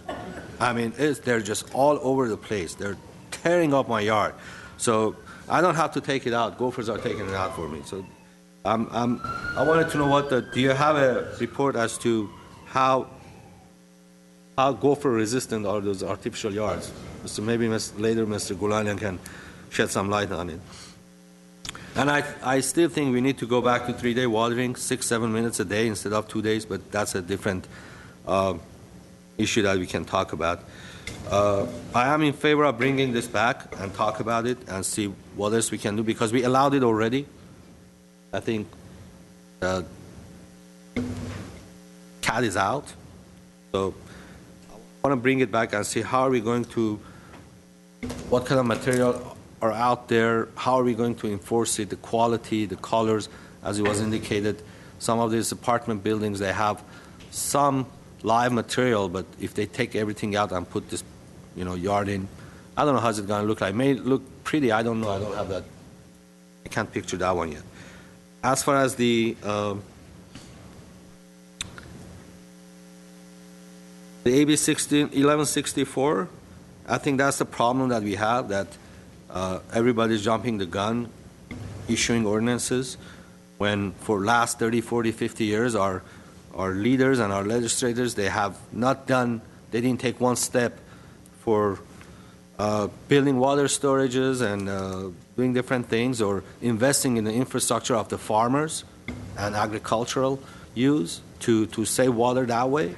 Because, as I indicated last time, 82% of our water is being used by agricultural use, and agriculture is 2.5% of our economy. 75% of the material is being exported.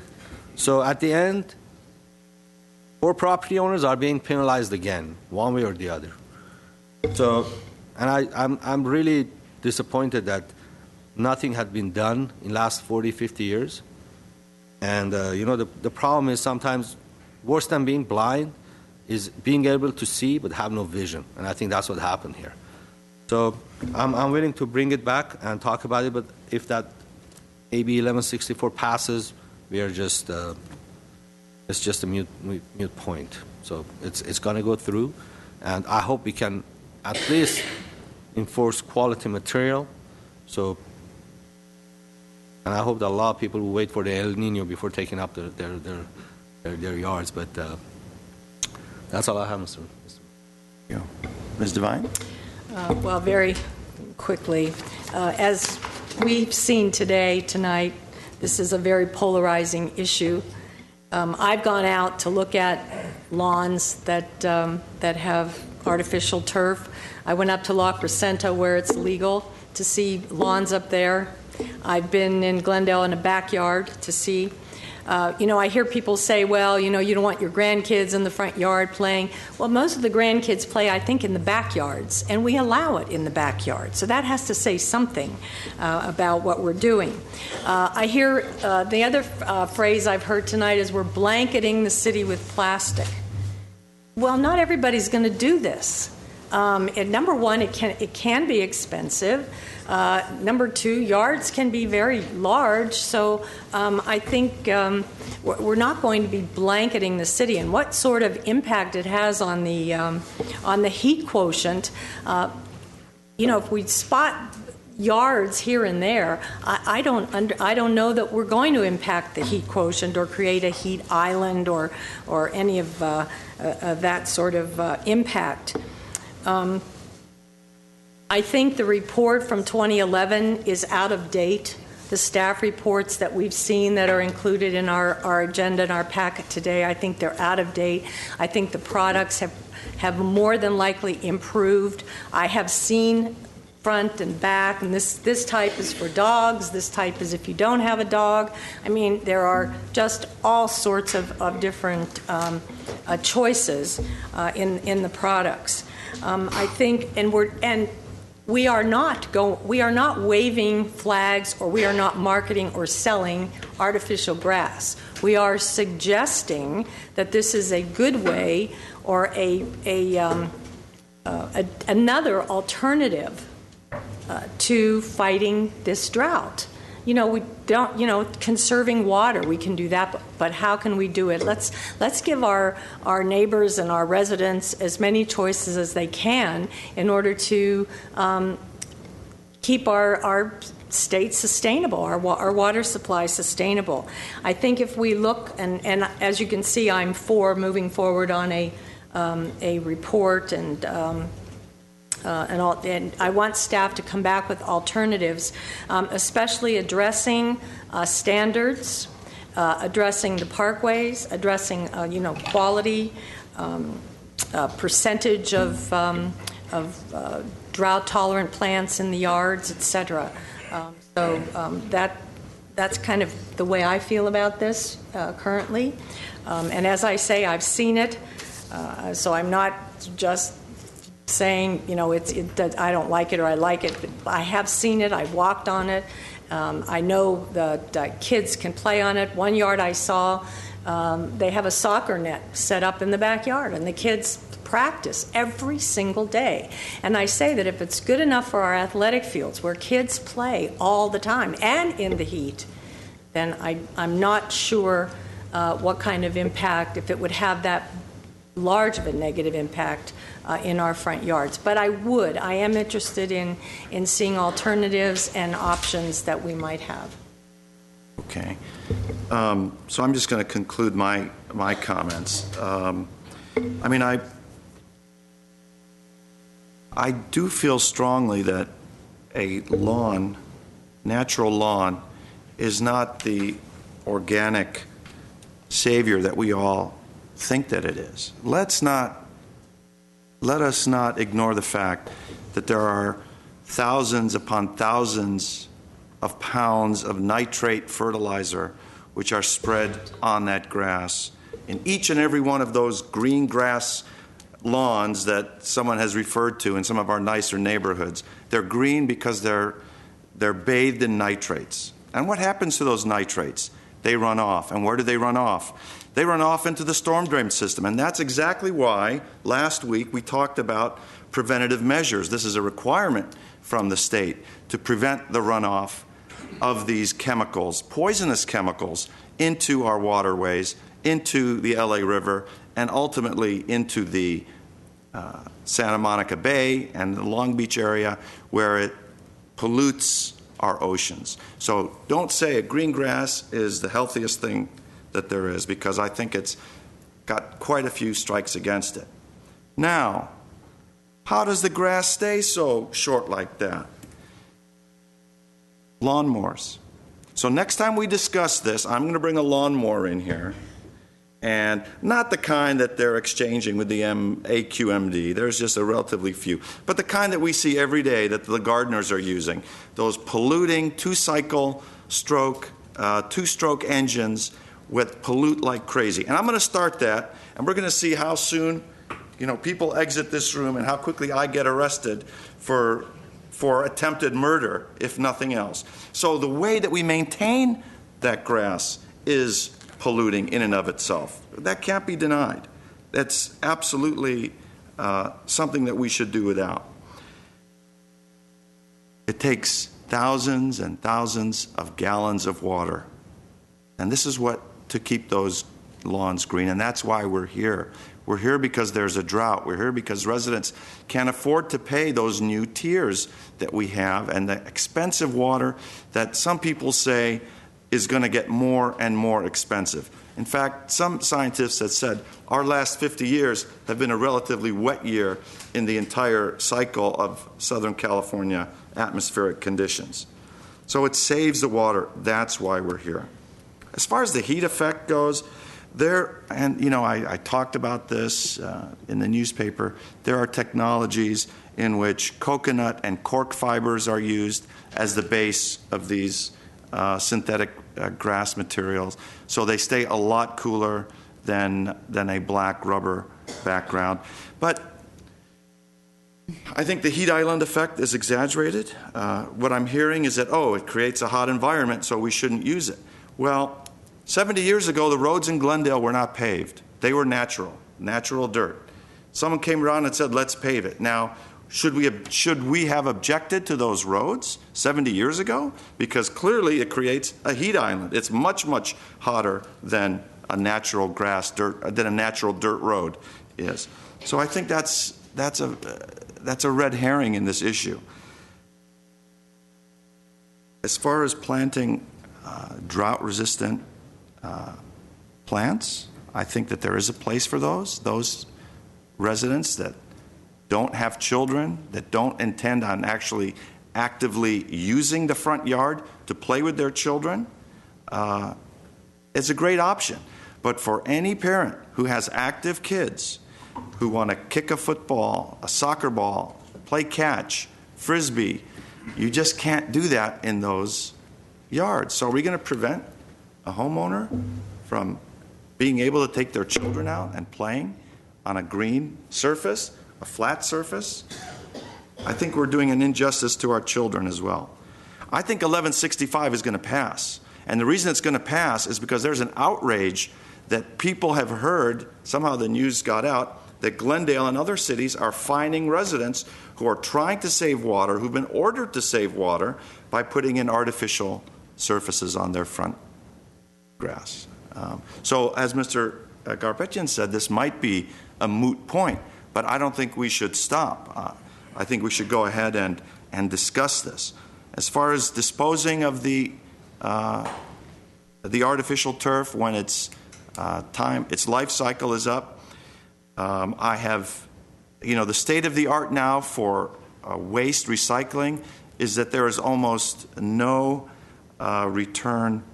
What's it called? It's a zero waste environment where almost every single scrap of food, of metal, of inorganics, of organics is recycled. So to say that this is going to clog up our landfills, I don't think is an honest argument, an honest opposition to making this. So I would like to see this come back. I would like to see regulations that would permit this, however, that control the quality of the material, the color of the material, and the installation of the material. I think those are the three big ones that we need to get a hold of and see if it can be done in a tasteful manner, in a quality manner, in a manner not to conflict with the surrounding neighborhood. I think that's something we should look into at this point and give our residents an option. Not everyone is going to use this. I mean, if 1% of our residents put this on, I would really be surprised. But it's an option for those that feel so inclined to do so. And I want to give them other options, too. I want to give them options in live planting in the front. And I'd like to hear about maybe coming off that 50% live planting requirement and find out ways that can be regulated. Perhaps we will even dictate the nature of the plants that are acceptable if you use a less than 50% planting scheme. And anything else that will give our residents options in saving water in this critical drought siege that we're undergoing. Mr. Attorney? Ms. Friedman. Well, you pointed out all the problems with lawns, which I agree with. It sounds like you're ready to ban lawns. So if that's part of your suggestion, we could have that discussion. All those chemicals. Are there any other comments that are germane to the discussion that we can have? Let me say something else. I agree with you about the lawns. Lawns are certainly no ecological savior. There are some of us that do have young children that don't have turf and that do have native plants and don't think that's a problem, myself being one of them. I do worry, and I didn't even think about it until Mr. Fouad talked about some of our multifamily neighborhoods. And this, what worries me about both the artificial turf and then the allowing less live plant materials, I could definitely see some of these absentee apartment owners that have, because of the requirement, live plant material in front of their buildings, taking that out and putting in artificial turf. And we have areas that are so dense and so park poor in our south and central part of Glendale that I can see children who might walk out of their apartment building, walk down the block, and never interact with a live plant or see a butterfly or see anything natural. And I think that's really sad to think that that's okay, that we're willing, because of this drought, instead of just saying, hey, let's use drought-resistant plants, let's put in drip systems, to say, you know what, just put some plastic down and that's good enough. I don't think it's good enough. I think we should be encouraging as much live material as we can. And one of the complaints I get all the time about downtown is people say there's not enough plants, not enough trees. And I think that's true throughout a lot of southern Glendale. It may not be true up in the hillsides, where even if people do this, they'll probably still have a critical mass of live plant material, but it's not true in every part of the city. And, in terms of, only a few people will do it, so it's okay, even though we think that it's got bad things, we don't know. We don't know what people are going to do. And to me, if it's bad, it's bad. I just think it's really, really the wrong direction. I think we need to get back into balance with nature and not be fighting against it. And we can do that even with a drought. We can still be in balance with nature, and we can still have natural materials that improve our air, cool the ground, and improve our quality of life, and give a habitat for bugs and butterflies and birds and all the things that artificial turf doesn't do.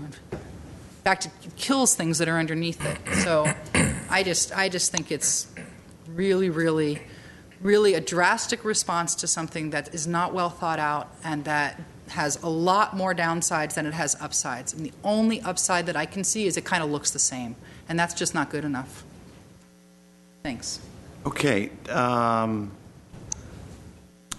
Laura. Well, actually, Mr. Mayor, can I, just based on what I'm hearing from at least 3 of the council members, we can, because it sounds like we have a rather overarching policy direction from you, to explore the 50% in the front setback and ground cover rule in tandem with the parkway standards, in tandem with the appropriate degree, if any, to apply artificial turf.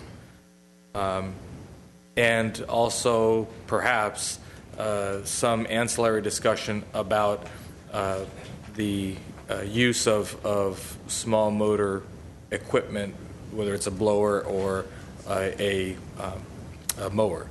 That might be getting something a little bit separate. Too far. Ancillary, but just, separate. Yeah. So to that end, well, because I think it goes back to Mr. Garpetian's point about what you allow as ground cover is sometimes impacted, whether it's the small rocks and stones that can get blown into the street and what have you. And some of those things end up impacting our NPDS program because it ends up in the storm drain. We're supposed to have nothing going into that storm drain except for water.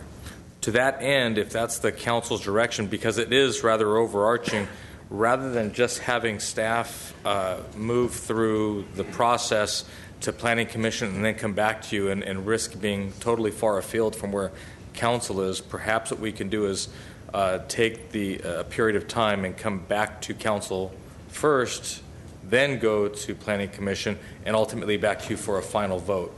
That way, I would hope that if we come back to council, you can limit the universe of what it is that we would look at, so we don't spend too much time, money, angst looking at things that aren't agreeable to anybody.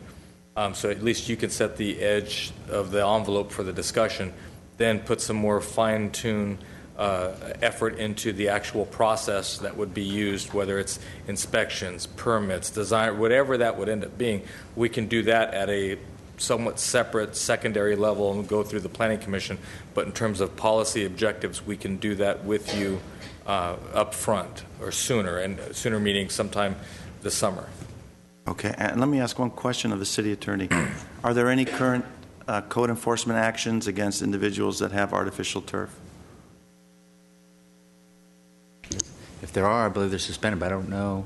Looking at Mr. Burnell. I was going to suggest that we suspend them while we deal with this issue, not dismiss them, but suspend. I know, for example, with respect to the Parkway standards cases, we had suspended those for that very reason, because we're bringing those back. I don't know specifically if we have any open cases on turf. Yeah, at this time, we don't have any active cases that I'm aware of, but we do have maybe a half a dozen new complaints to follow up on. And certainly, the one caveat, though, and this always applies, somebody, it's still, to the extent it's still illegal, if somebody does it, somebody had planted it before, and they could prove, or we could verify that they planted before, then we would stay it. But if they, from this day forward, they go out and plant it before you've actually considered any regulations, we'd probably still enforce on that, because it seems like that's from this day forward. Yeah, so that'd be a more blatant direct violation. So I would suggest that existing. And like I said, we're not aware of any, so it would be someone, if we learn that there's one out there that exists, and we would stay enforcement on that. But we don't want to encourage people to go out and plant artificial turf while council is considering these regulations. And likewise, not just the turf issue, but we're discussing the 50% issue, and let's say someone has just torn out their turf, and now is thinking, do I landscape it for 50%? Do I have an artificial turf option? Let's say they just have a yard that's dirt. Yeah. They're really caught in the middle here waiting to see what we're doing. Can we suspend code enforcement on those people? It's certainly within the authority that the city manager and city attorney have to suspend while we're studying those particular regulations. Can we leave that in your discretion, prosecutorial discretion? I would ask that, because we don't really have an agenda item to formally direct it, so we would do that. Ask you to use your Absolutely. usual tact and sensitivity in dealing with these and keeping an eye on. Why is everyone laughing when I say? He doesn't think I have any tact. Apparently, as an attorney, he was tragically born without those attributes. So, okay. So yes, I agree with your thing. It'll come back to us, then kick it to planning, and then back for a final. Just to make sure that we understand fully in greater detail, because again, it's rather overarching. We understand what the council's full directive is. And we can bring you back something that's more comprehensive. And who knows, maybe there's even more commonality than not, at least from what it appears today. So that you're clear within our direction if we take a vote at this point? Do we need a vote? You don't need to vote, but you could make a motion, to direct us to bring back the options that have been discussed by Mr. Ochoa in his summary. Okay. Well, let's just direct you without a roll call vote to do. Sure, and we have the direction, I think. Okay. All right. Thank you. Thank you, everyone. Now for our next exciting issue, please read 8B into the record. 8B, Director of Public Works regarding Duran Street and Broadway Brazil Safety and Access Project, Railroad Crossing Grade Separation Alternatives. 8B1, motion expressing City Council preference. Mr. Ochoa? Yes, sir. We have before you a brief staff presentation by Mr. Golani, and then we'll turn it over to the good folks at Metro to talk about another interesting project that has some rather unique dynamics to it because it involves so many different agencies and jurisdictions. And so with that, we'll have Rubik walk you through the Doran Street Broadway Brazil project. Thank you, Mr. Ochoa. Mr. Mayor, members of the City Council, over the last few years, we have collaborated with Metro High-Speed Rail Authority, MetroLink, California Public Utilities Commission, and City of Los Angeles in building safety improvements at railroad crossings at Chevy Chase Drive, Broadway Brazil, Grandview Avenue, Sonora Avenue, as well as safety enhancements at Flower Street. In 2012, by the order of the CPUC, cities of Glendale and Los Angeles agreed to implement interim safety improvements on both sides of the crossings at Doran as well as Broadway Brazil. until such time that Doran Street is either grade separated or closed. Metro is the lead agency on the Doran Street and Broadway Brazil Safety and Access Project. They held 2 rounds of public informational meeting in 2014, and they have now completed the study of 3 grade separation alternatives as well as a no-build option.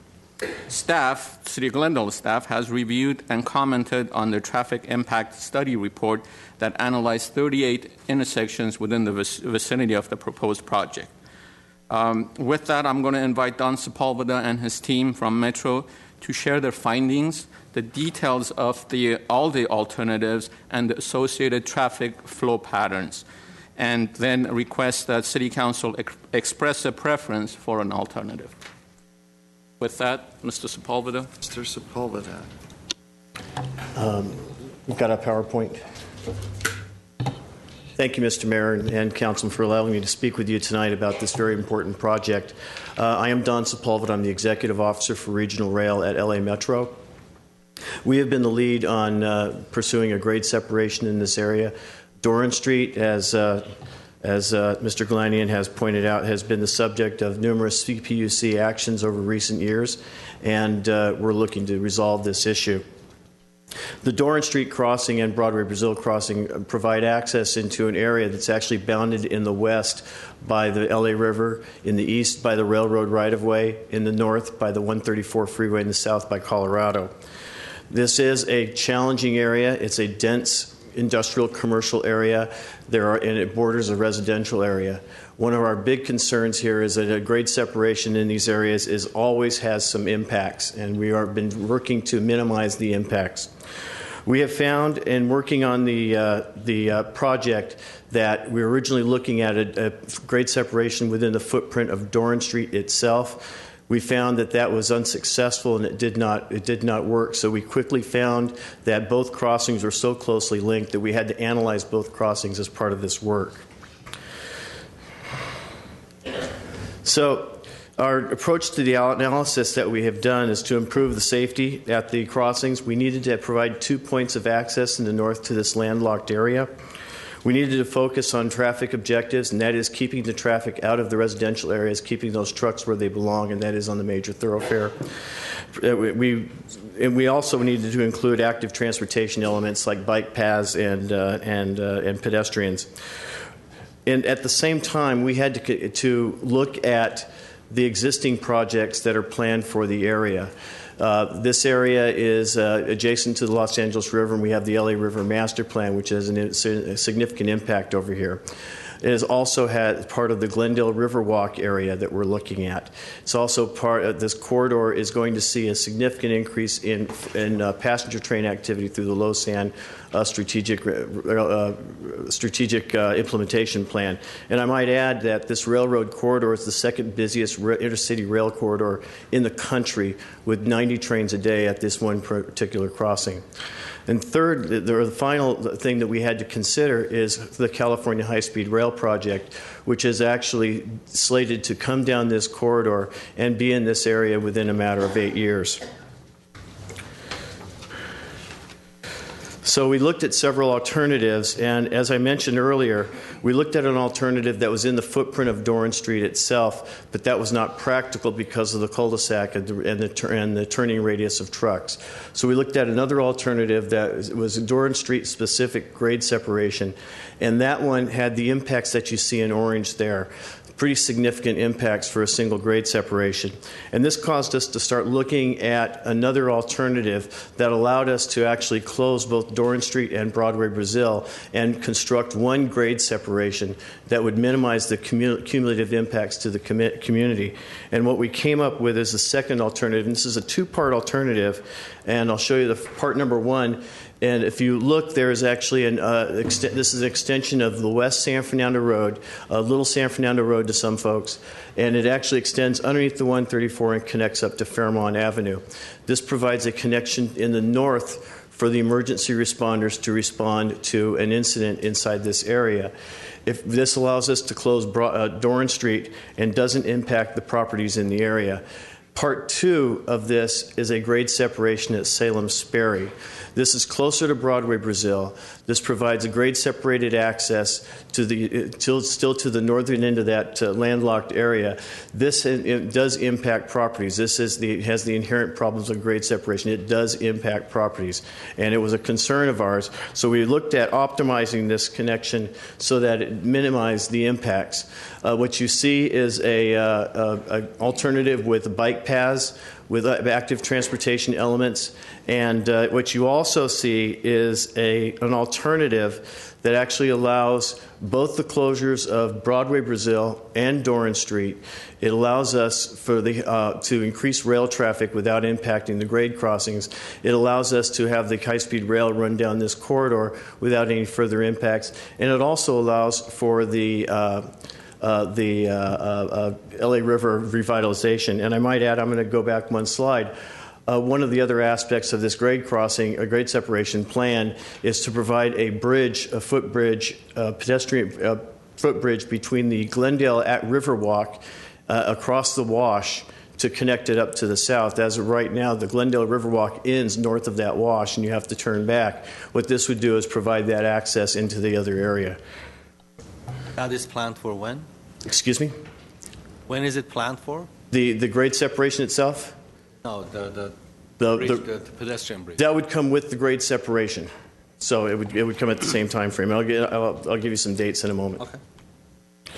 The third alternative that we looked at was a connection from Doran Street straight over to Zoo Drive.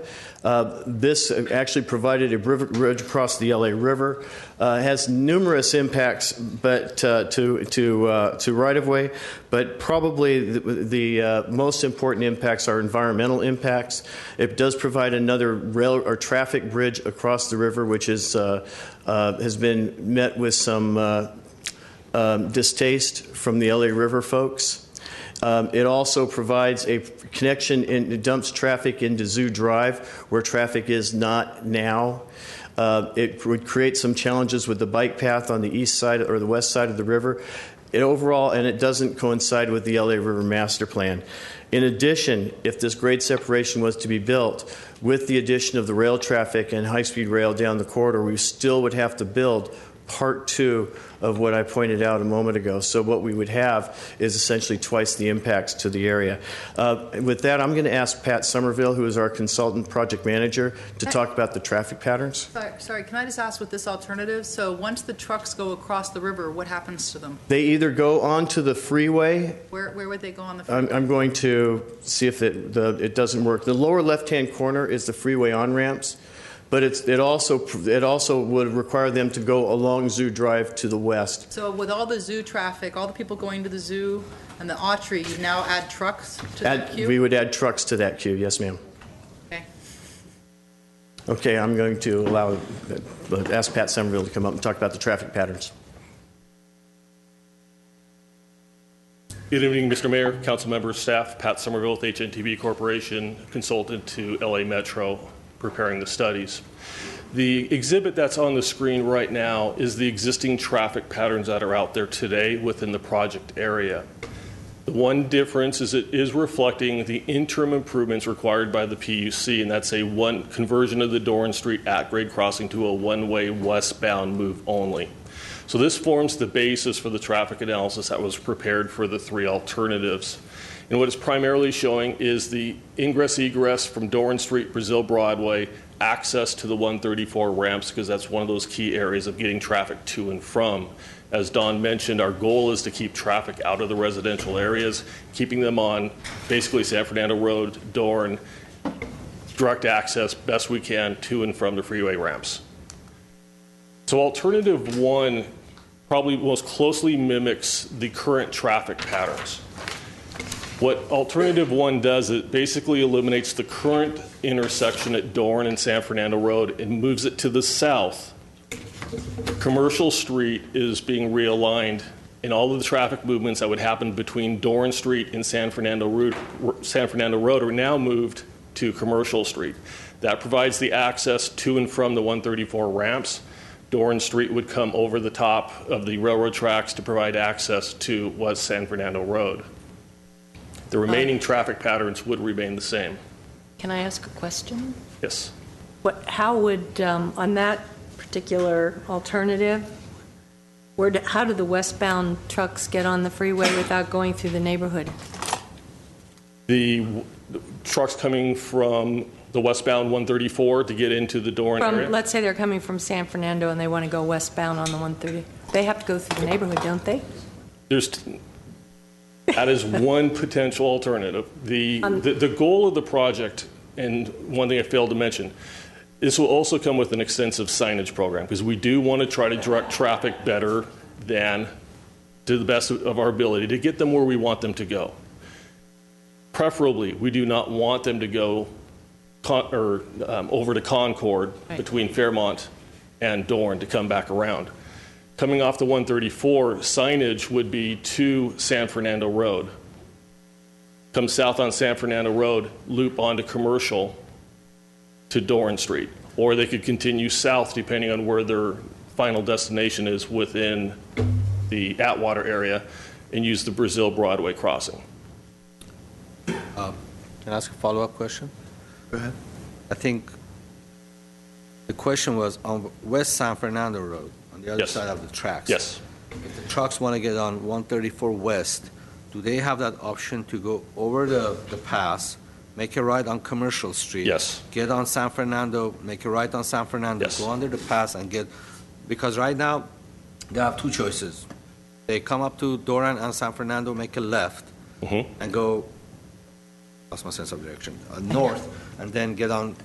Correct. They would make the right turn on and go directly onto the road. Or go ramp. straight to Concord, make a left, and make a left on Fairmont and get on the freeway. That's correct. So they have that option to get on Commercial Street and make that loop and get on San Fernando and go towards west. Yes, and part of the signage program, that's what we would like. That's what we will include to try to encourage that movement. Okay. Alternative 2. This was the one that has the connection, the extension of West San Fernando Road to Fairmont, as well as the Salem-Sperry overpass. The connection to and from the westbound movements of the 134 would be utilizing Fairmont, going to the new connector to Fairmont, and drop right into West San Fernando Road. It provides a very direct link to and from the westbound 134 movements. The eastbound 134 movements is a little more circuitous than it is today. Again, the intent is to have the trucks and vehicles coming to the south using Salem-Sperry to connect to San Fernando Road, come back north on San Fernando Road to Doran Street, and vice versa for the inbound traffic. Alternative 3 creates probably the largest diversion of traffic. What it does provide is more direct access from the I-5 northbound into the Atwater area, as well as the reverse movement to southbound I-5. Traffic to and from the westbound 134 freeway would use the Fairmont connector, very similar to what was just described in Alternative 2. The eastbound, two options exist. The traffic could use Zoo Drive over, I'm sorry, let me rephrase that. Use the connector over to Zoo Drive, use the on-ramp to the 134 east there, or they can come south and use the existing Brazil Broadway connection. So it provides two different alternatives to get to the eastbound. The eastbound exit from the 134 freeway would use Doran Street, be directed south on San Fernando Road to the Brazil Broadway connection. Would you even need the P there? Would you even need couldn't you just come off the freeway and go straight down San Fernando and not have to go do the loop? The P, We're going which direction? You could go the opposite direction, yes. Yeah, so you don't even need that there. You just get off the freeway and go. Are you referring to the Fairmont connector portion? You would still need the Fairmont connection portion. We could not leave this with solely the access point across the river on Zoo Drive. It removes too many of the movements and limits access for the first responders to get into the North Atwater area. Option 3, can you tell me How do you get to 134 West? You would use the Fairmont connector. You'd go Fairmont connector, make the left onto Fairmont, and it brings you right to the ramp. You said that this is Mike. I'm sorry. Would you say this is the easiest way to get to 5 South between all three?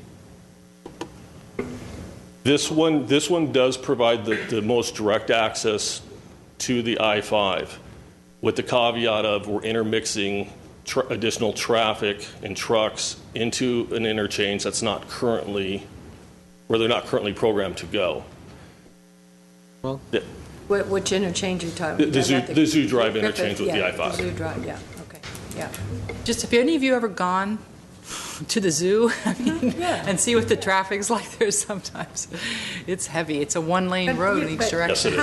But how far is that? Is that like 0.5 of a mile? Because, on this map from the freeway to Broadway, Brazil, looks like it's about 5 miles, but in essence, it's 0.5 of a mile. It's nothing. It's like from here to there. So how far is the distance from, this is one I didn't drive, from, let's say, the bridge to the 5 on Zoo Drive? The Zoo Drive connector to the I-5, mile? It's less than that. It's nothing. It's 100 yards. Yeah, okay. Yeah, it is in very close proximity to the ramps. Yeah, so it's but not real. But it's the overall function of the interchange that has to be taken into consideration, and the existing traffic and uses of the area that's considered. I mean, let me add, you're talking about tens of millions of dollars of improvements when we're talking about overpasses and all that. The improvements to the I-5 on-ramp and off-ramp come nowhere near that level of infrastructure. So to say that, that option 3 isn't that good because the on-ramp and off-ramp and I-5 aren't programmed to handle that sort of traffic, well, you're sort of shortchanging the idea when a relatively small amount of money could be used to whether it's double, widening those on-ramps or having a special turn lane or whatever. So I want you to give alternative 3 as much chance to succeed in this as all the other alternatives. So that's just my editorial comment for you. Don Sepulveda. With that, I'll turn it over to Don. How do you answer that?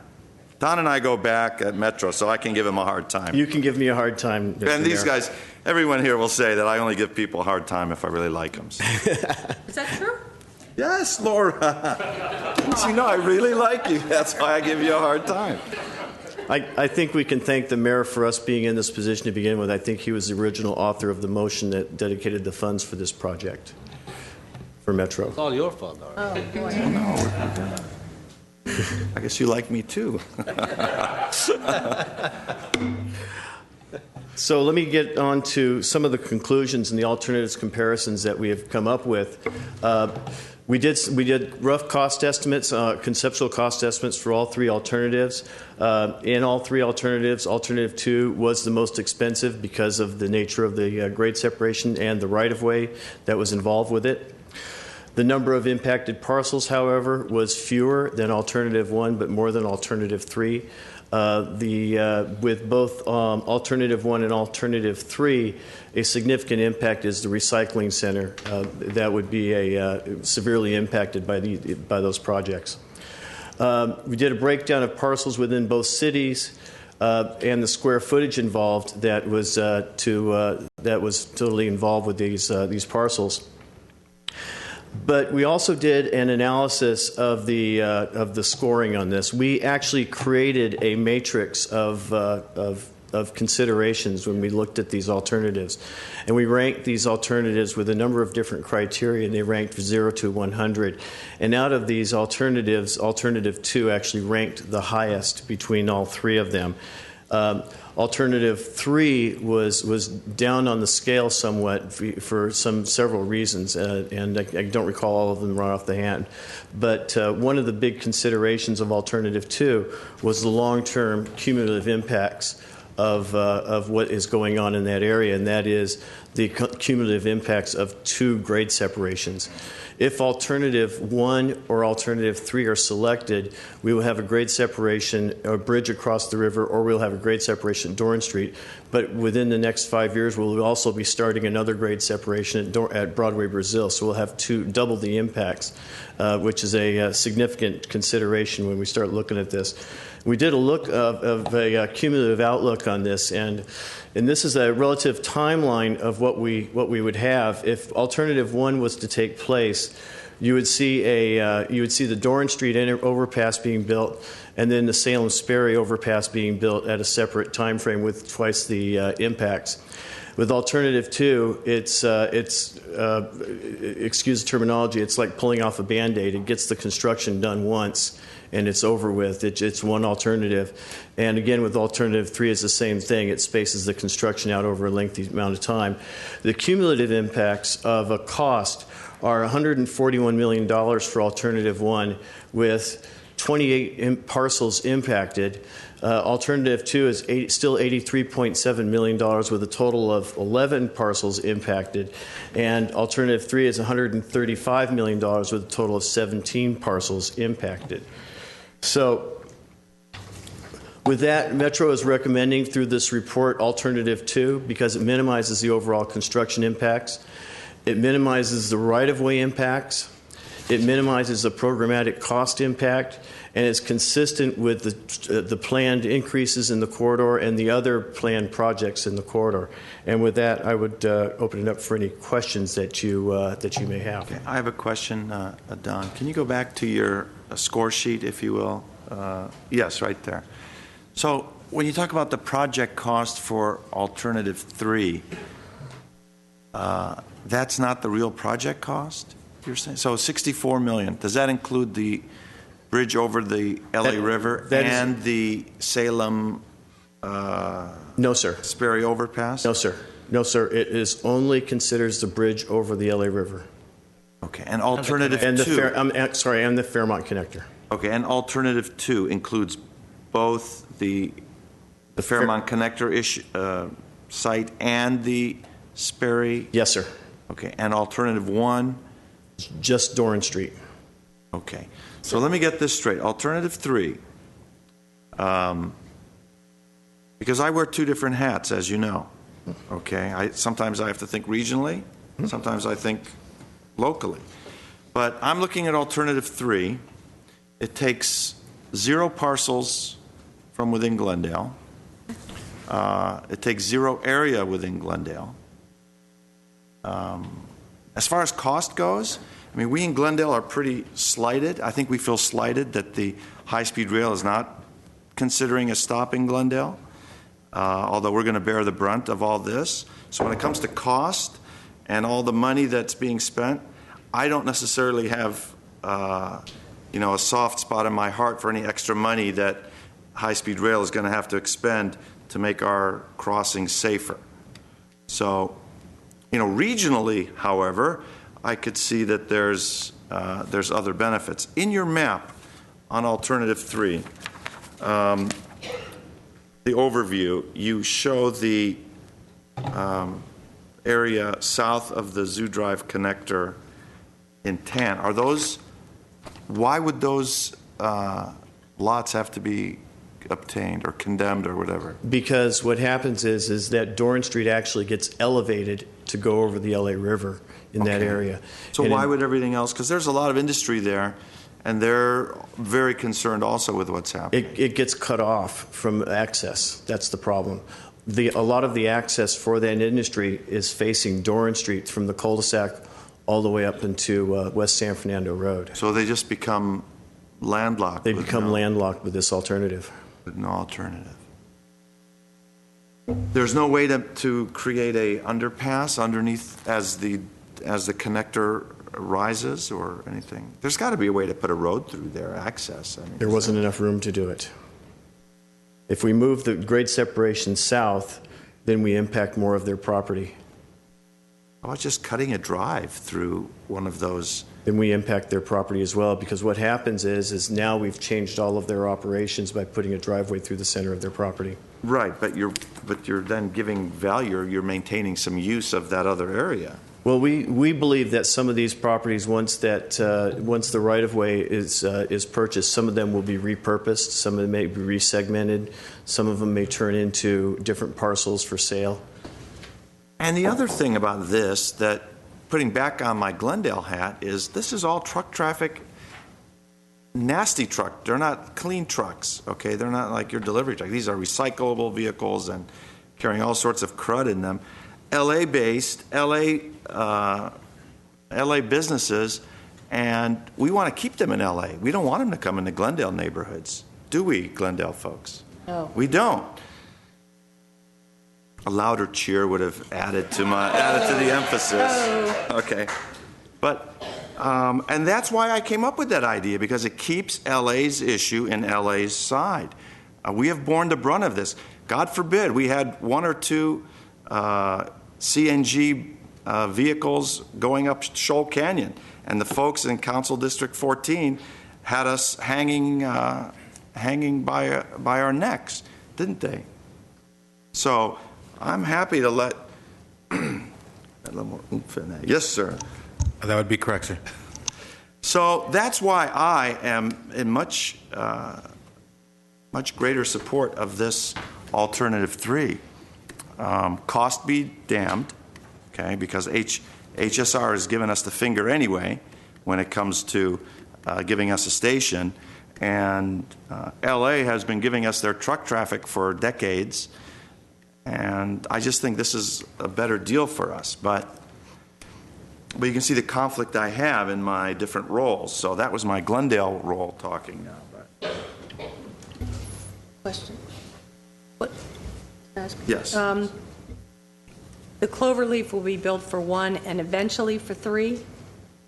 Eventually for 3? The Cloverleaf at Salem? Yes, let me go back to that one right there. If Alternative 1 or Alternative 3 are selected, then this will follow in 5 to 6 years. 5 to 6 years? Yes. And what's the cost on that to be added to this? $77 million. There's a slide there. The cost of the... 77 million, more than the rest, the bridge? And Yes. What the Alternative 3 goes from, help me out, $67 million? Or are you talking about the complete cost? Yes, ma'am. Oh, the complete cost is 77. Yes. Oh, Alternative 3, for example, goes... Alternative number 3, for example, goes from $64.5 million to $134.5 million cumulative cost because of both grade separations. How much engineering are you factoring in for the LA River reclamation on Alternative 3? So it looks like you're leading up, you're starting to elevate the overpass. Why can't it just be connected from the grade level on the banks of the river and go across? There's a bike path there. And, so it's got to clear the bike and the path. river structure. And what was the second one? one? The river structure. The bank of the river. So it has to clear that. To take off that far? Yes, sir. Because I don't think that river reclamation is ever going to happen. It's just a very expensive. How many billion? Do you guys know that? I know that's not your purview, but it was an extremely 20-some billion. I think if they did the whole thing, I think it was in the $20 billion range. Okay. But if they were planning, if they do it in phases, it's significantly less. So. Okay. We do have several cards. Would anyone like to make a comment now? I have a quick question.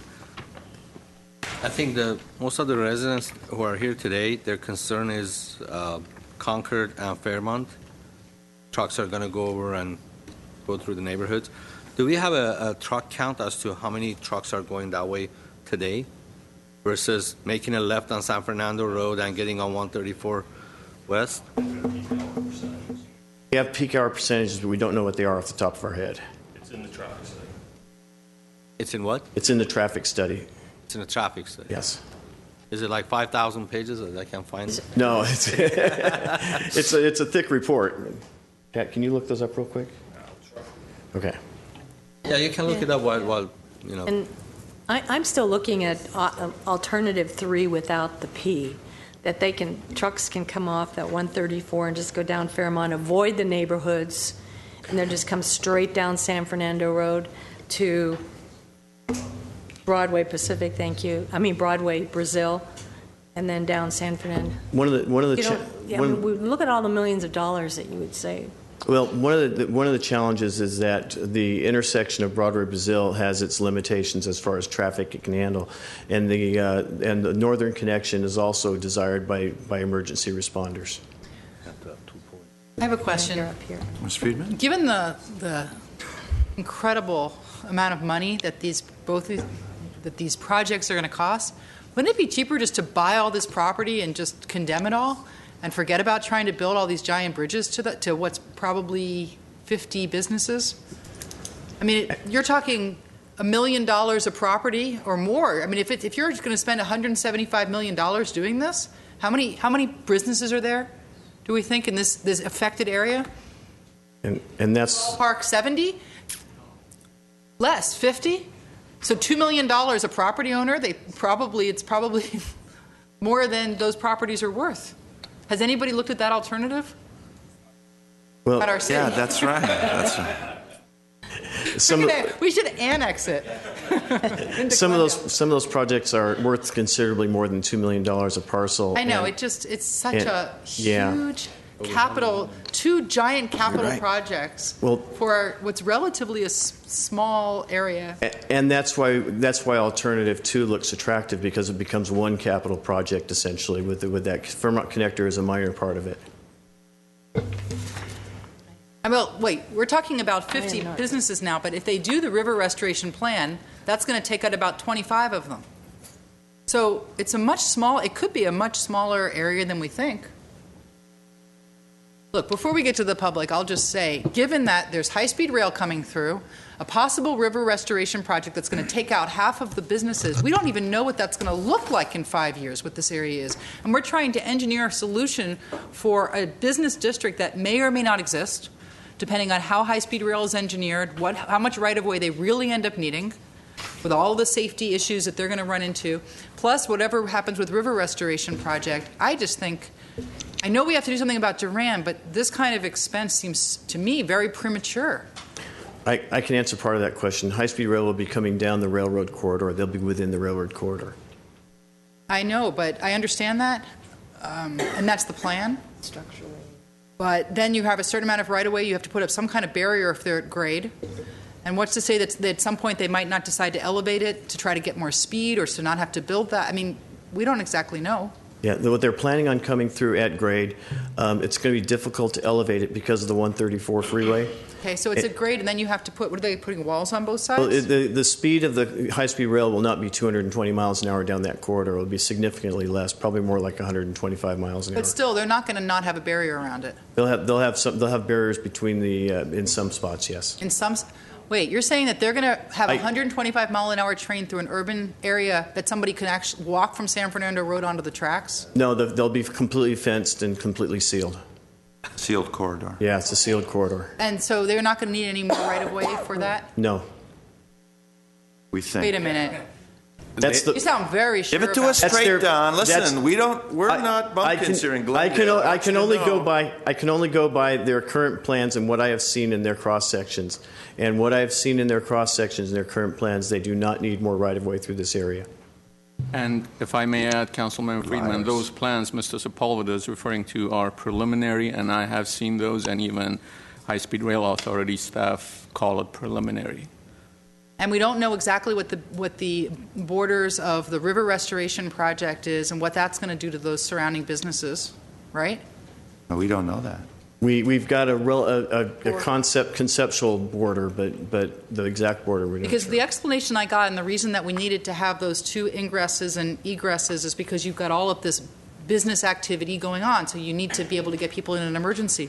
But have you done that same calculation if you do the river restoration plan, and maybe then you have instead of having businesses right up to it, maybe they'll decide because of runoff effects onto the river restoration. Maybe they decide they need a buffer, a 50-yard buffer or a 100-yard buffer between any kind of industrial use and the new restoration, the new wetlands, right? That's a possibility. Mm-hmm.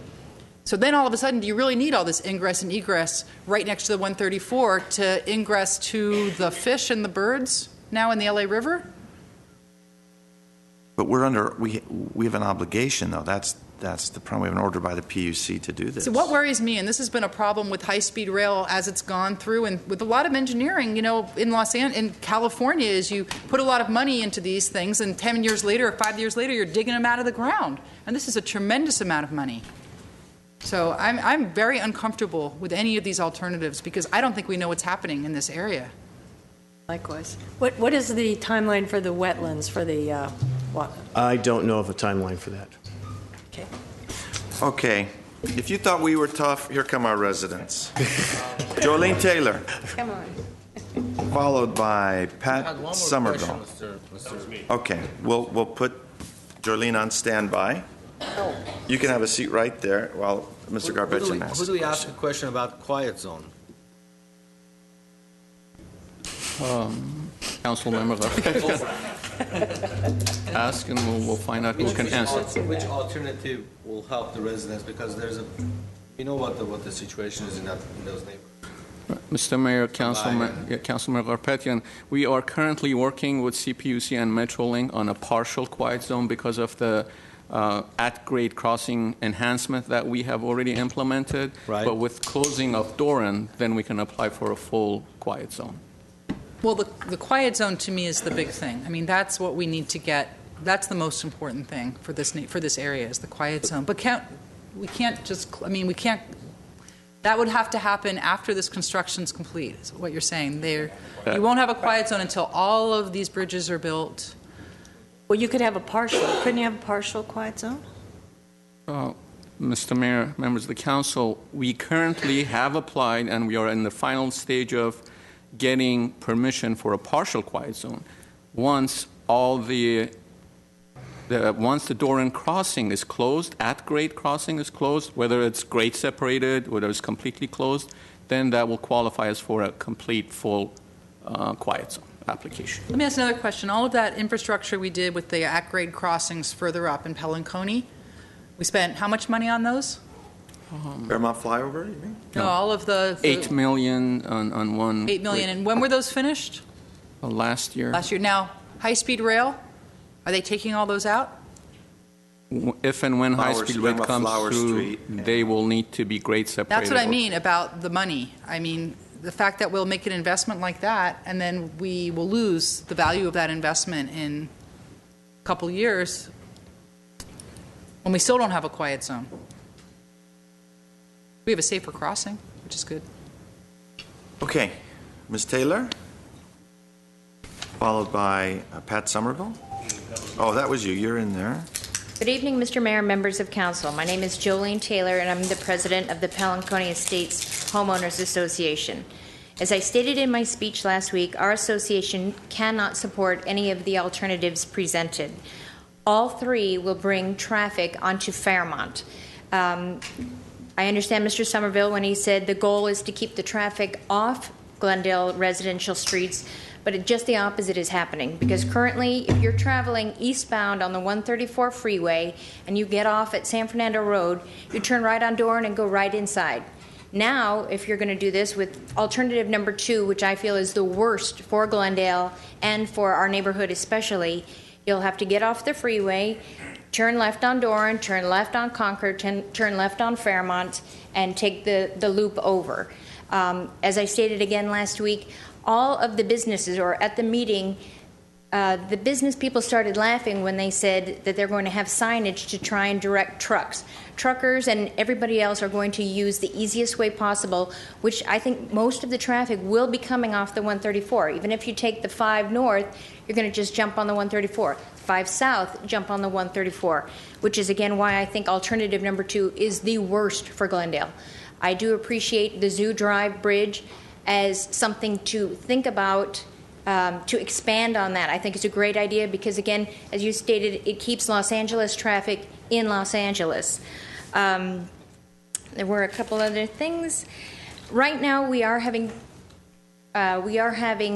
difficulty with the residents on Fairmont just getting in and out of their own driveway. But the traffic with the flyover just today doesn't just affect Fairmont residents. Traffic coming down Concord can't even make the right in the morning because it's so backed up. Traffic on Faircourt can't get onto Fairmont to just get on the street.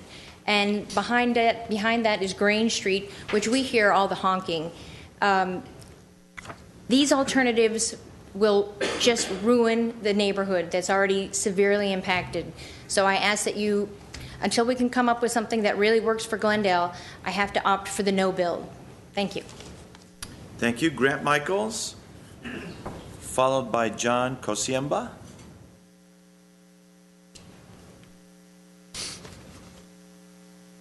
Good evening again. I am Grant Michaels, President of the Homeowners Coordinating Council.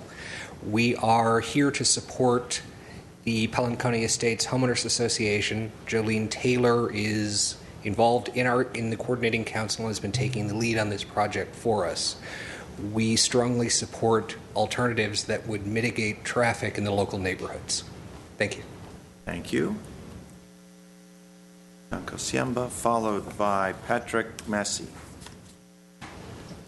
We had a video where Jolene wanted to play, but there's two videos. Either one. You want me to just let it run? Yeah, just let it run. This is basically going to show the traffic coming. This is getting off the 130, the flyover now, but we're going to look at all the traffic coming down Fairmont, getting onto the freeway here, and so forth. This is coming down from Concord. Anyway, I'm John Kosiemba. I was born and raised in Glendale. I'm living in the house my parents bought in '53, although we lived elsewhere in the Pellon District. So the house we bought we purchased in '53.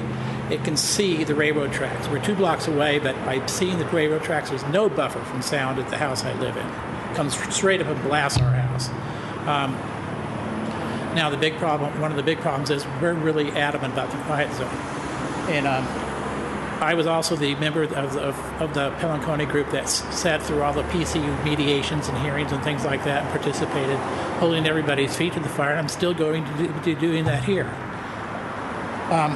What they want to do is, with one of the alternatives, is have this P connecting to the Fairmont flyover. And what the CPUC originally had at that meeting between 2010 and 2012, whatever it was, is they wanted to close Dorn right there, boom. That wouldn't fly because you need a way for first responders to get into that area. So the only alternative we came up with at the time is to have a one-way in at Dorn, and we didn't work any way for them to get out again. So that's where it's sitting now. Now with a one-way in and with the propane facility there, I've been told it's still not, even with the safe crossing there, it's still not going to qualify for a quiet zone. So what Don has suggested is maybe we'll put in some wayside horns to help make sure that each side of it qualifies as a quiet zone, but we'll still have these little horns that blow up and down the tracks. And I'm saying right now, let's just get Dorn closed, and I see and you can save some money by not even putting in that one way. And right now they're already showing in the design, if we want to look at one of the drawings, like maybe 2, they're showing that P there. Can we find that? Drawing. Number 2, where almost any of them has a P. That'll do, I think. No P there. One of the drawings. Keep going. Go back just a couple slides. Go back where we can see the picture a bit better. Here, I'll take you back. Slide 7. Okay, there was a P. I'm saying close Dorn. We've got a P there, and what it does, it goes under the 134 and it goes under the flyover and connects to the flyover. And that's basically to bring traffic into our area again. And I'm saying if we close Dorn and we just take that P there and extend it, instead of making it a P, extend it straight on down to the bottom of Fairmont. Make that so that's only for the first responders. So the first responders use that to get in there, in and out, one way, either way, but no other traffic uses it except first responders. Can I ask, have you guys looked at that alternative? Do you understand what he's saying? I'm saying continue, instead of taking the P, straighten out the P, go down the Glendale Wash between that and the GWP, connect there. The first responders come in and use that entrance and exit. And it's going to save you money because you don't really have to connect up in the air to the Fairmont flyover. You're not really sending traffic over the Fairmont flyover. You're sending it towards where the first responders would normally be getting on.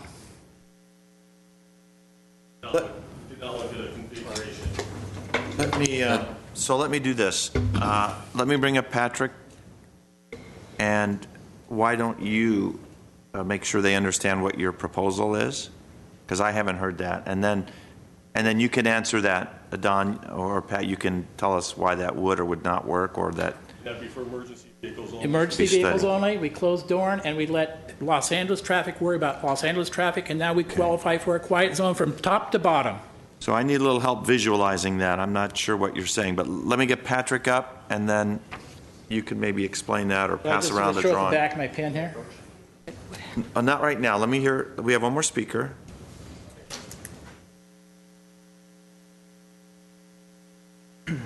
Mayor Najarian, members of the City Council, first and foremost, I want to thank all four of you for your suggestions. Ms. Friedman, especially discussing the high-speed train and what's coming our way.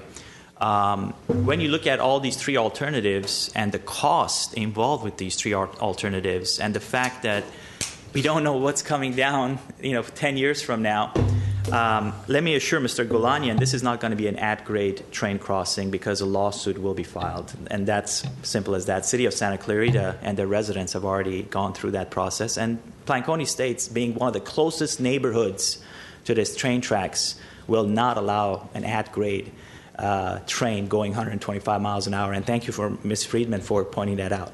I don't care if you put fences. I don't care what you do. It has to be below ground. And I'm not talking about a tunnel either. I'm talking about at least 20 feet down. And they have to spend that money. That was one of the original alternatives that they suggested, which they backed out because of cost. Well, that's something they have to look at. But the bottom line about all this is, first of all, you are looking at traffic backing up on Fairmont. And I remember the fight that we had to go through with one of your consultants that you hired a long time ago with their quasi-science saying that there will be no noise impact to the neighborhood when they were building this bridge on Fairmont.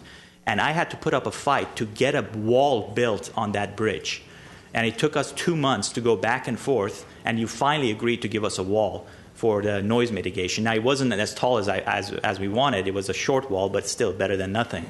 So I remember, Mr. Bagdinian being involved at that time, but we got our wall there because of that reason, because we knew that trucks going on an incline will be noisy. So as a result, we got the wall built. But if you were to choose any of these because you're mandated, and I'm using the legal word mandated by the state to do so in order to get the quiet zone, Mr. Najarian's alternative 3 is the most logical one at this stage. However, that's, again, going back to the legal terminology of mandate or requirement by the state. If there is such a thing, number 3 seems to be the most logical. Okay? But at the same time, as Ms. Friedman and Ms. Paul Devine and Mr. Vartan Garapetian pointed out, we have to think about what's coming our way. We have to get more information from different agencies. Tonight, some of the questions you've been asking, you're not getting any answers because these poor guys don't have the answer for you because all the agencies involved with this are not here. So I think we need to go back, get some of the CPUC members who know about this and some of the railroad people that know about this and some of the state representatives that are working on this and ask them, hey, what's coming our way? And again, once this train goes through this area, some of these things have to be torn out. And that's all I have. Okay. Thank you. Finish up here a little bit. Well, no, I think your time went off, John, but let me... Well, I just want to mention that they still have Broadway Brazil to get in and out, and they still have the Colorado underpass, which hasn't even been mentioned tonight, to get onto the freeways. Okay. Now... I have a question. I just want to make sure we understand our charge here. Well, I'm not saying very. What is it that we are doing? We're expressing a preference towards one of these 3 or no options. Yes, Mr. Mayor, members of the City Council. So Metro staff will be presenting these options, alternatives to the Planning and Programming Committee tomorrow, and then plan on taking in front of the MTA Metro Board on May 28th.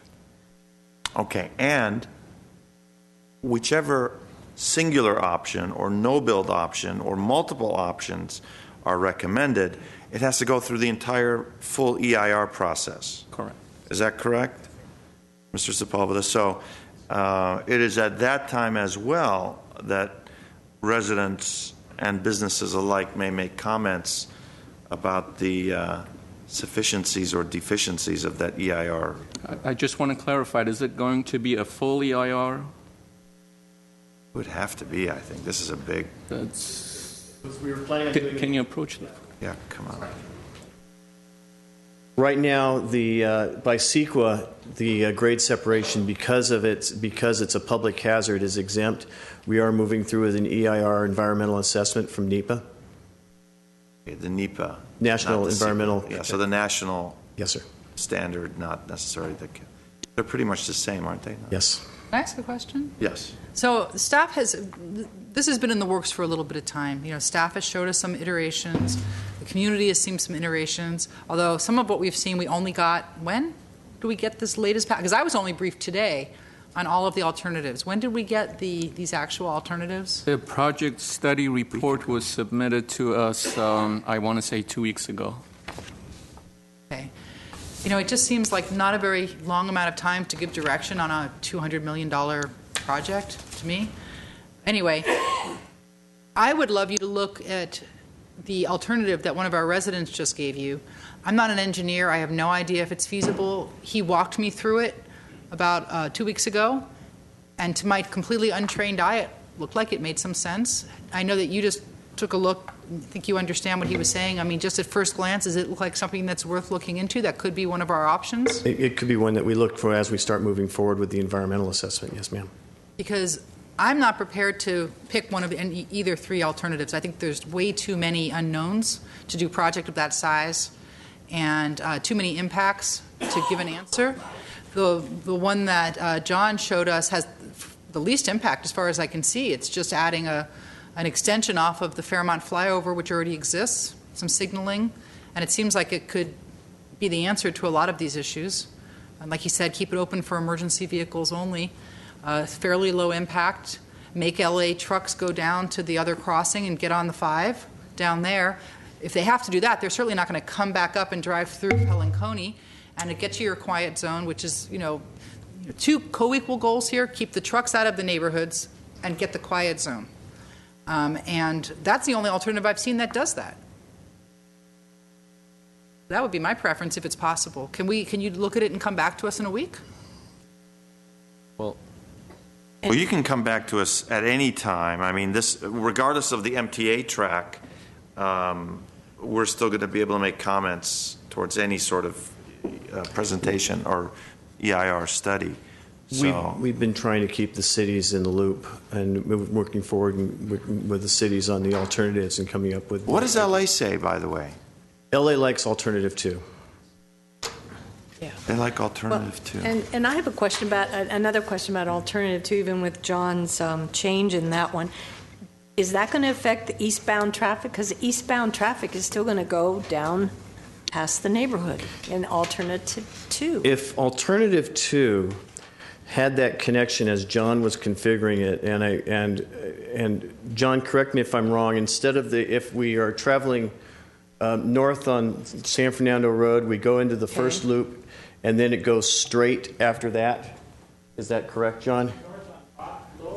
Well, no, we can't have this sort of discussion off mic. I'm sorry, I apologize. If that's the alternative, we can if alternative 2 could actually look at that alternative as well as part of that, then that might solve some of the traffic problems that are foreseen. You know, I'm for any alternative that does not take the traffic through the neighborhood. And if they can figure that out, I mean, it just seems like such a simple request to just keep it away from that 1/10 of a mile of homes. We could probably vote on it in a nanosecond, but None of these alternatives seem to do that except number 3, and then you have the problem of the emergency. Right. Mr. Galan? Yeah, Mr. Mayor, just wanted to add that you don't have to express a preference tonight. We just wanted to bring the City Council up to speed on all the alternatives before it became public at the MTA board meeting. Okay. I think you certainly have done that. I mean, you've accomplished that goal, and we're all very engaged in this. Yeah, I think LA likes alternative 2 because it preserves their industrial base, most likely. Well, it's least impactful on properties. It's although there are more properties, I can't recall which one had more properties impacted, but it did not affect it saved the LA River revitalization program, and it didn't affect the LA River. Yeah, this is a very complicated site. I mean, with everything that's going on, this is as you know, all we want to do is keep the traffic out of our neighborhoods, but with the river going on and the restricted access and all that. And by the way, I just want to clarify that I was being facetious about buying all the property and condemning it. I was just making a point about the expense of the project and what might happen with the river restoration. So please don't tell the Metro Board or Atwater that I want to annex Atwater or purchase all the commercial property. And you know, a lot of people are working there. I don't want them to worry. This was just a hypothetical. Too late. They already heard you. Well, no, the river reclamation would involve an eminent domain on those properties anyway. So whoever supported that, was it Alternative 21 or something? I mean, implicit in that is that that's going to be wetland. Okay, so we're going to give, I don't think we need a vote on this, but I think it's to express, I'm not sure we have any consensus at all at this point. You have a preferred alternative. Can we at least direct them to explore that option, that John's option, which might be the least impactful if it pencils out in terms of the engineering? Say that. And anything else? I think keep it out of the neighborhood. To John's point, I think alternative 3 with John's point, because that P, as he indicates it, P, that's the same way with alternative 2 and 3. So alternative 3 with John's point, I think that has the less impact on Glendale. I know it has more impact on neighboring cities, I understand that, but it has zero impact on Glendale as far as the properties go. So if I have to vote on it or make a suggestion, I think alternative 3 with the variation that John was indicating. So that would cut all the traffic going through neighborhoods to Concord and Fairmont. Okay. Ms. Devine, would you want to get specific in your alternatives or just what you had said in terms of just basically what I said. Just I like look river, at John's. I like alternative 3. Someone had called it Ara's Bridge, and I renounced that moniker. I think the appropriate name would be the Bridge over the River Dry. Boom, boom. And I think that there is an engineering concept which would provide access to that industrial area and not cause it to be frozen out or landlocked by the flyover across the river. So you'd like a 3. We've got a 3 with the modification. A 3. A 3 with the main point here is that we want the vehicles to stay out of our neighborhoods. Well, I'll go on record. I'm not for alternative 3 or any of these alternatives. I'm not going to express a preference for that one. I really don't like. I mean, as much as I think if it was any other area in LA, it'd be one thing. But that's Griffith Park. I mean, that's the same area, the same interchange where we had a cyclist lost his leg. Same exact intersection, and I know that there could be engineering, but our residents use Griffith Park too. It's not just some area in LA. It's the zoo, it's kids, it's people. A lot of people on bicycles, and you'd have to do a lot of engineering, which would really go counter to the aesthetic of being in Griffith Park if you're going to start building really large pieces of infrastructure there. So I think that all of that to me, that's a very problematic. Plus, I don't think that the Army Corps is going to allow it, given that they've kind of moving ahead with their restoration, at least theoretically. Whether or not they fund it, they're not going to, I don't think, ever allow this bridge there. So. Okay, so there you have it. clear direction from the Glendale Council. And it's not as bad as the Metro Board, so don't give me that look. Metro Board is much worse. Okay, thank you for coming out. Thank you for allowing me to speak with you tonight. Thank you, Pat, you. from HNTB and everyone involved. Mr. Mayor, Keep us posted. When I get a chance, I want to get the traffic count. Trucks. They have it here. Okay, who has that information? The Do you have traffic the count? Do you have the traffic count on your traffic? You don't have it here. Council Member Garpetian will get you a copy. You get it. Okay, Okay, Mr. thank you. Galania will get that. Okay. Mr. Golania will give it to us. Not a problem. Very well. The next item.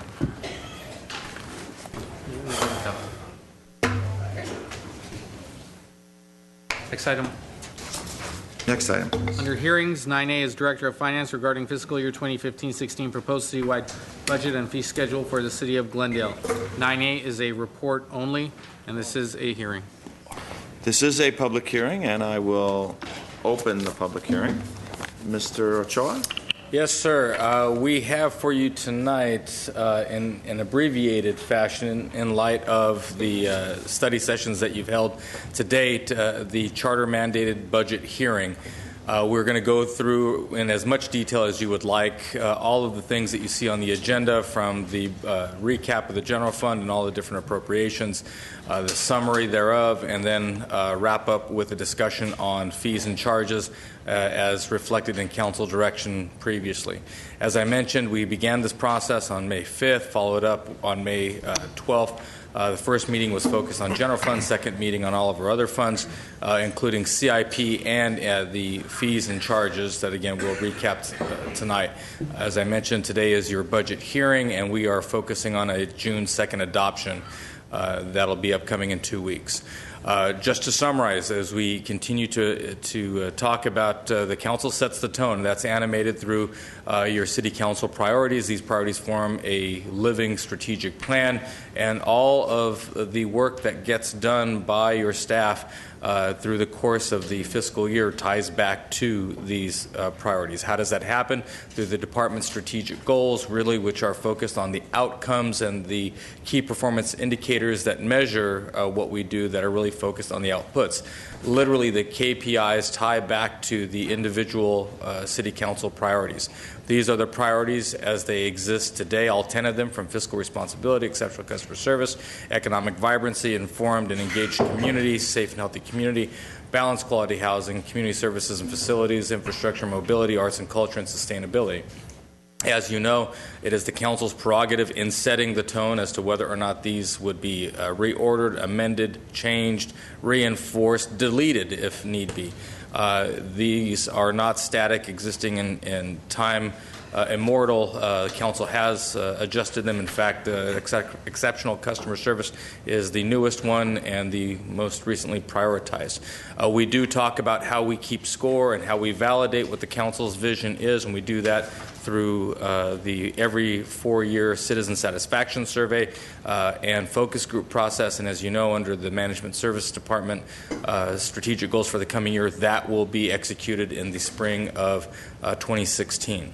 In terms of the general fund forecast, because the council has stated repeatedly that keeping an eye on the long-term fiscal health of the city is critically important to providing all of those priorities and meeting all of those priorities, we bring you a regularly updated every quarter 5-year, actually 7-year financial forecast. And what you see here across the top are our resources, the baseline resources in the general fund, increase for annual growth rates. Again, not anything that is overly optimistic. These are based on historical performance in our sales tax, property tax, UUT, and hotel taxes, among other general fund resources. Similarly, the baseline expenditures follow the same type of trajectory, increased, I believe, 0.75%, which is our historical number. The PERS rate is the takeaway here. That's the increase, and you can see how much it grows and how much it has grown. I believe this year is about $29 million, and you see $4 million increase in the coming fiscal year, 6.6 26, the year afterwards, and our challenging years that head out into the 19, 20, 21, and 22 fiscal years. But I think the takeaway there is that you see that that number is then flatlining, and that's when we get to a point where, all things being equal, our revenues continue to grow. Our focus on cost containment comes back to benefit us because the PERS rate is flattening out. You see that in the general fund CIP, Capital Improvement Program, we are beginning to set aside more monies for not the infrastructure work that Mr. Galani or Mr. Zern will be tackling, but this is the money that would go into parks and city facilities on top of our recently enacted deferred maintenance and general building maintenance program.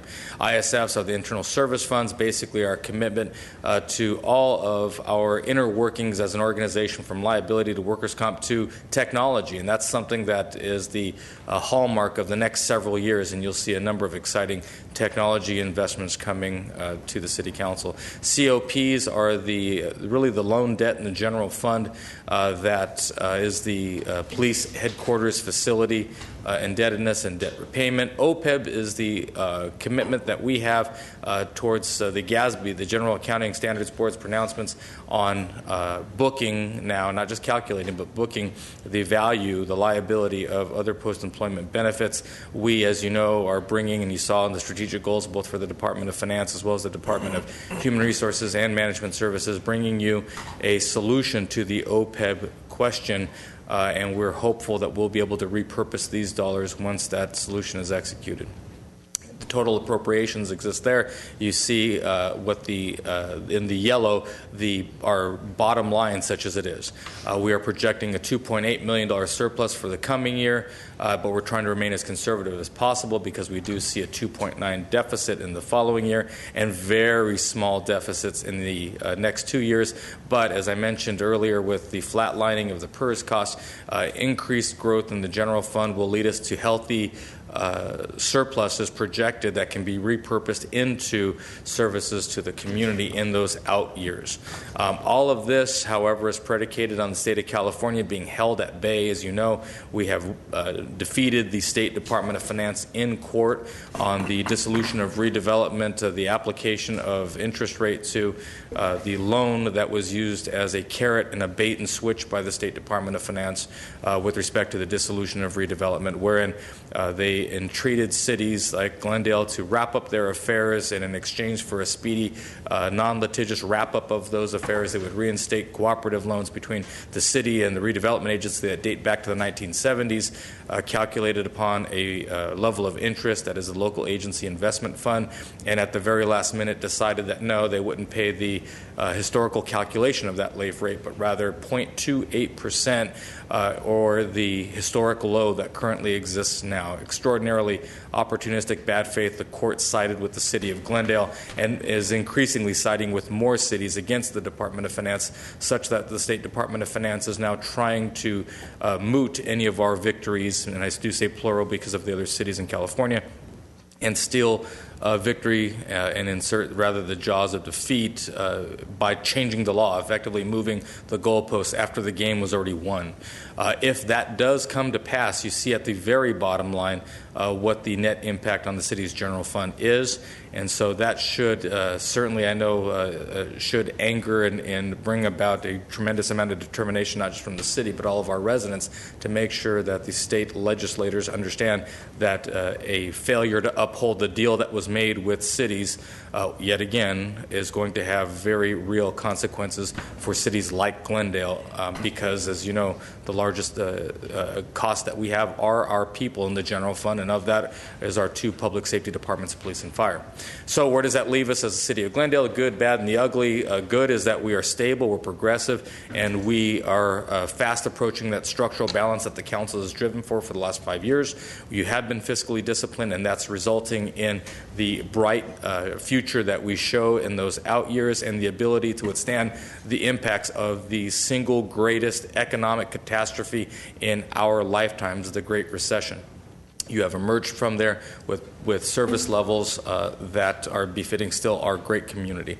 When you look at the Badish, yes, we are working with all of the service levels that we have with as few employees as possible, and the stress fractures are real.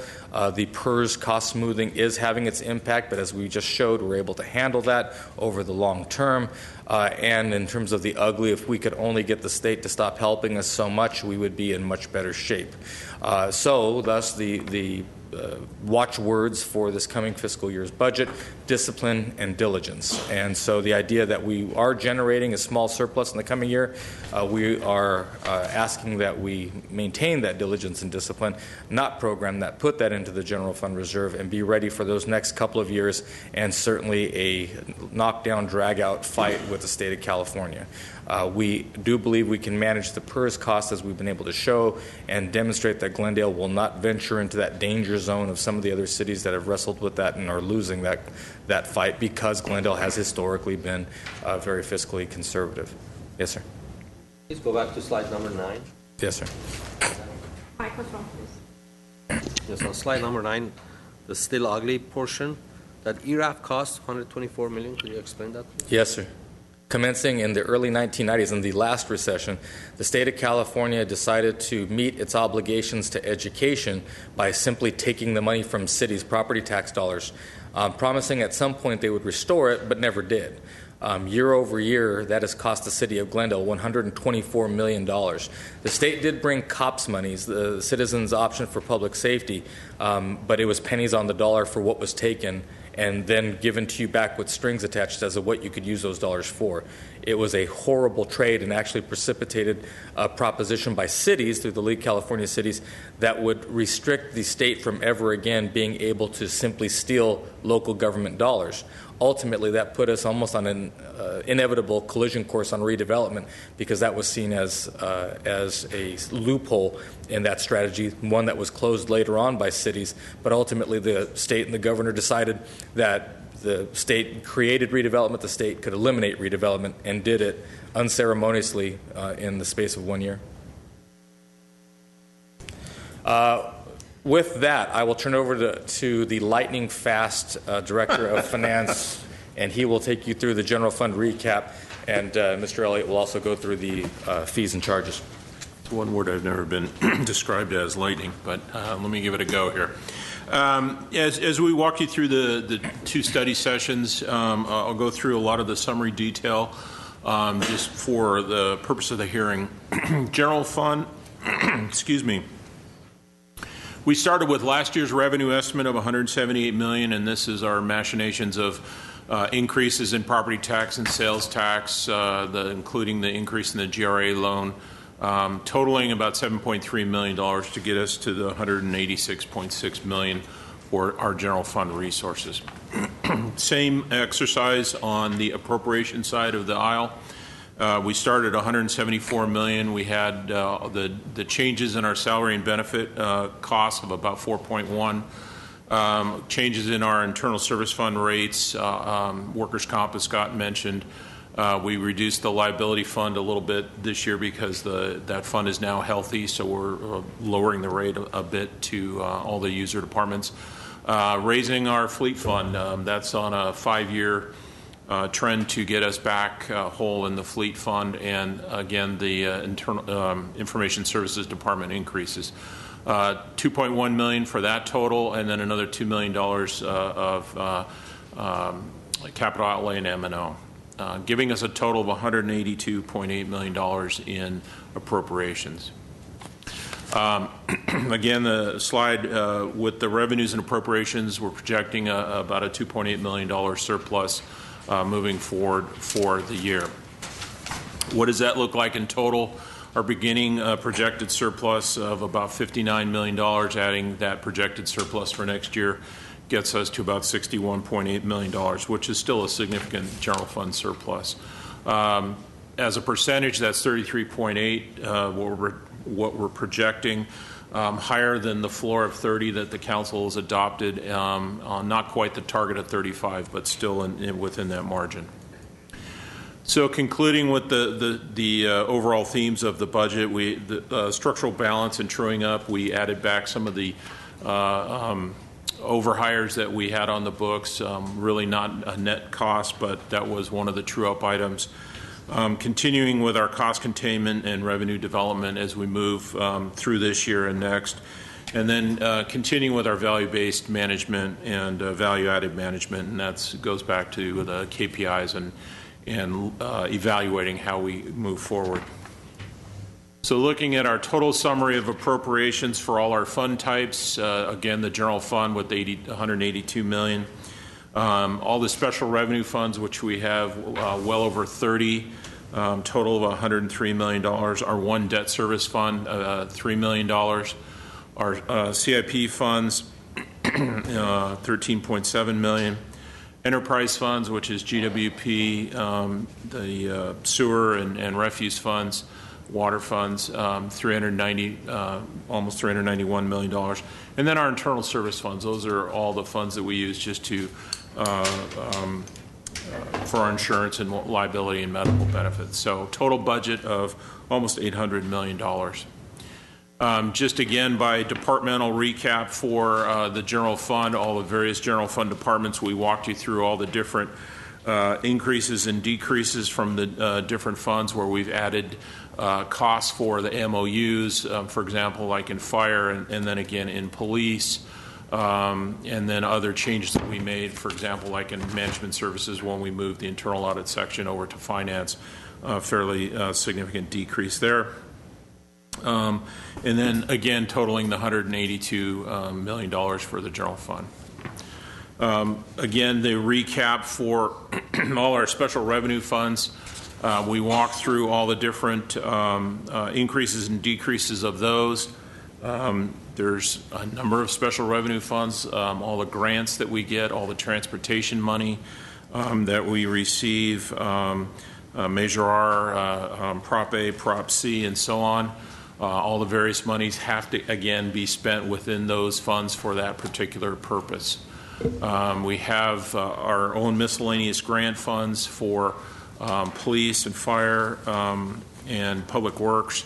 Our asset forfeiture fund, that's the drug seizure money that we get. It can only be spent on certain things.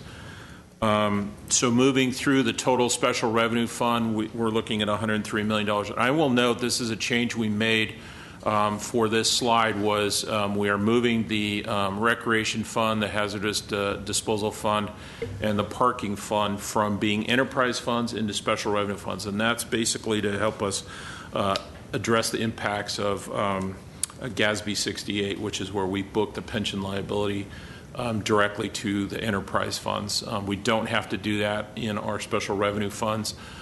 So it will change the look of these funds, but I think overall it will improve their overall long-term impact.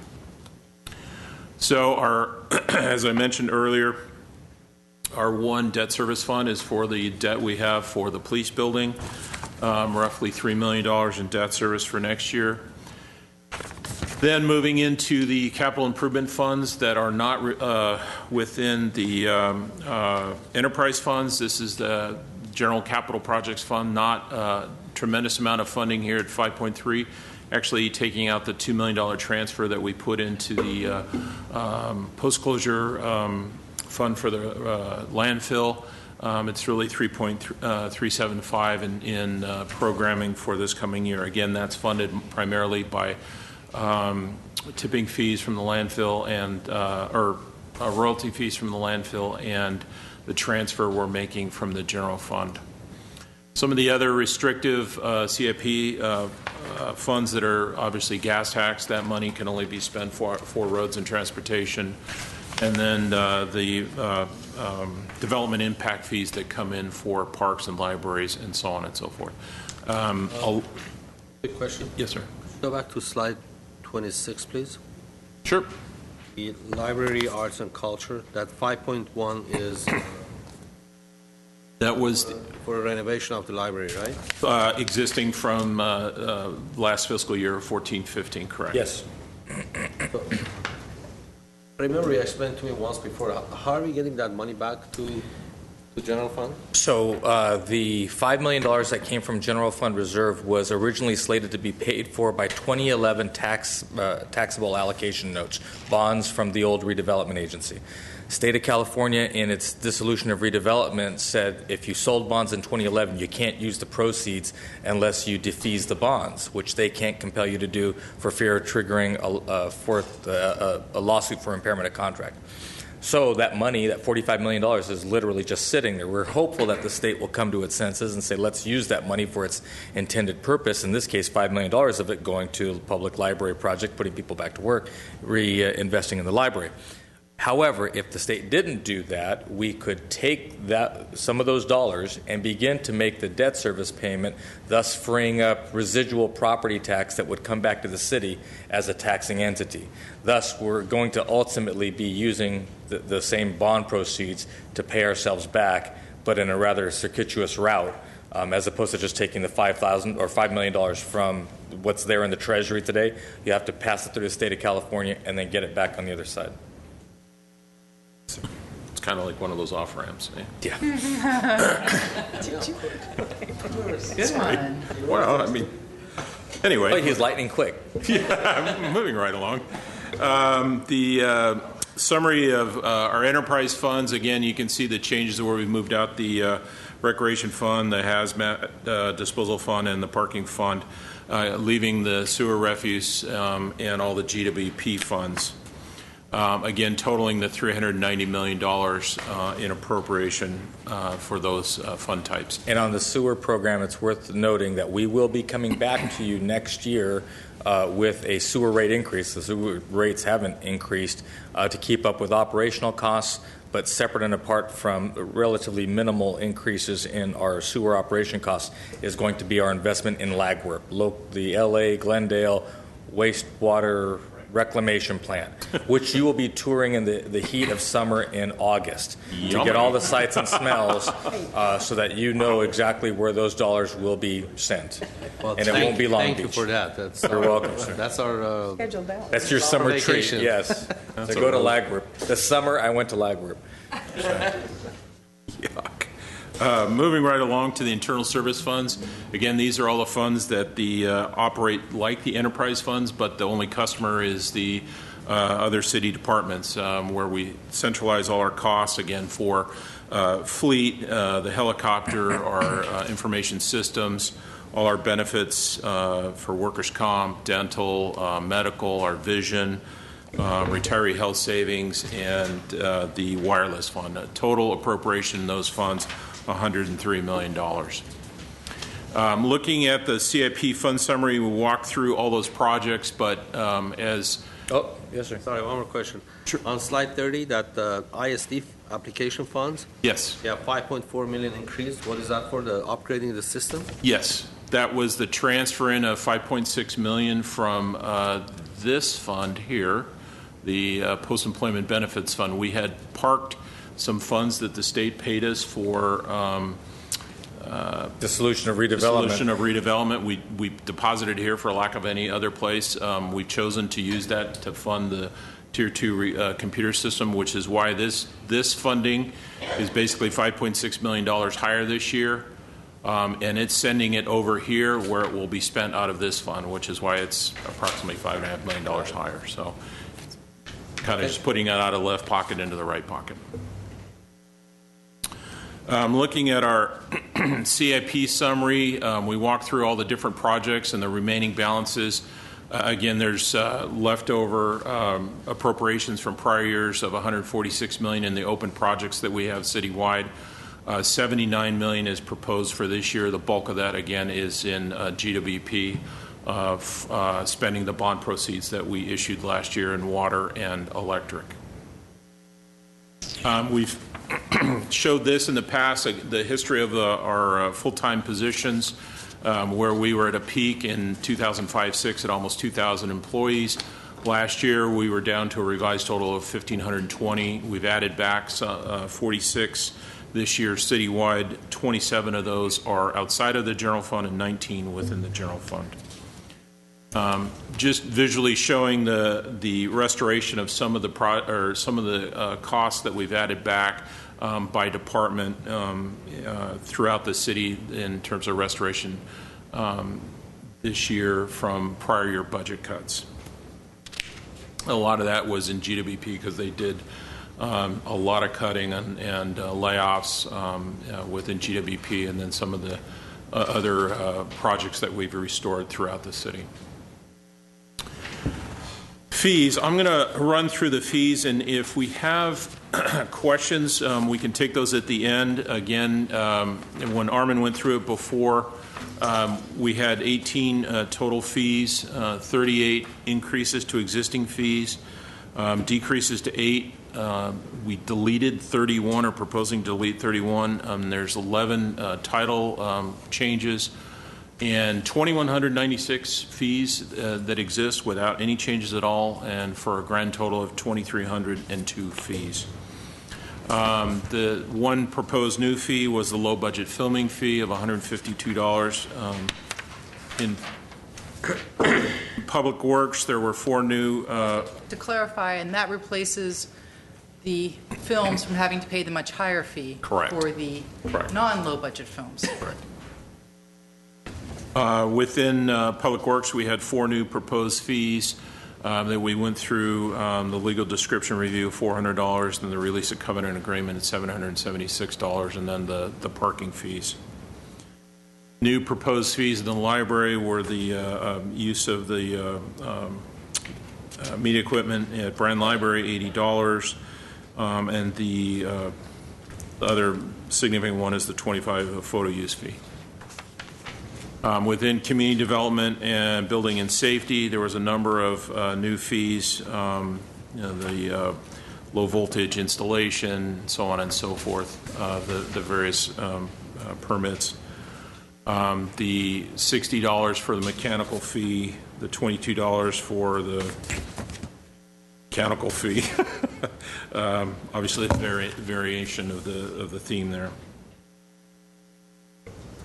Within community development, planning, and neighborhood services, recreation zone, $316, and then the kennel permit that we talked about, and this is actually a 3-year fee, which is a significant reduction, I think 59% reduction from the 1-year fee. On-street parking, increasing the rates in Montrose. Library fees, this is increasing some of their existing fees, bumping up the rental in the different facilities that we have. In CDD, building and safety, again, other increased fees for the various permits where you can see the full cost is significant. The current fee is here, and they're proposing slight increases for all those. Still quite a ways from full cost recovery. Again, more building and safety fees. And these all tie back to those fee schedules. The numbers here, we had changed those, so they do reference back to your fee schedule. Another page of building and safety fees, various permitting fees and the increases for those. And the last 4 on the building and safety increases. The neighborhood services fee, we had some discussion on this. This is the news rack fee. The full cost, as we walked through in the study session, was $241. We've brought it back at 50% recovery at this point, and I believe the police were going to use their volunteers for. I had suggested, after being at the police luncheon and hearing about the volunteers and how many we have and what a good job they do, that this could be complaint driven, and then we could also use the volunteers, put that on their list to check the news racks as they're going around the city, and report to the department what news racks are damaged or have been graffitied, and then the department can call the company and say, you have 30 days to fix this problem, otherwise you're fined. Absolutely. It's actually it's a great idea because it actually doesn't require the city to subsidize, or it shouldn't require the city to subsidize the news rack or the news outlets, yet still provide the same level of service using volunteers. That's right. Okay, good. One of the questions. Hold on there. Sorry?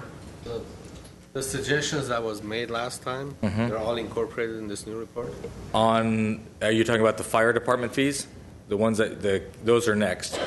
No, I understand, because yes. I remember this fee was $121. It was $240. That's correct. They were proposed $240, and I believe it was Councilmember Sinanian who asked to be $121, and so the suggestions are incorporated in this. Yes, correct. Absolutely, yes. And that's why we're proposing the 121 for the hearing purposes. And you'll see the other suggestion here from council. You wanted to have this information come back to you.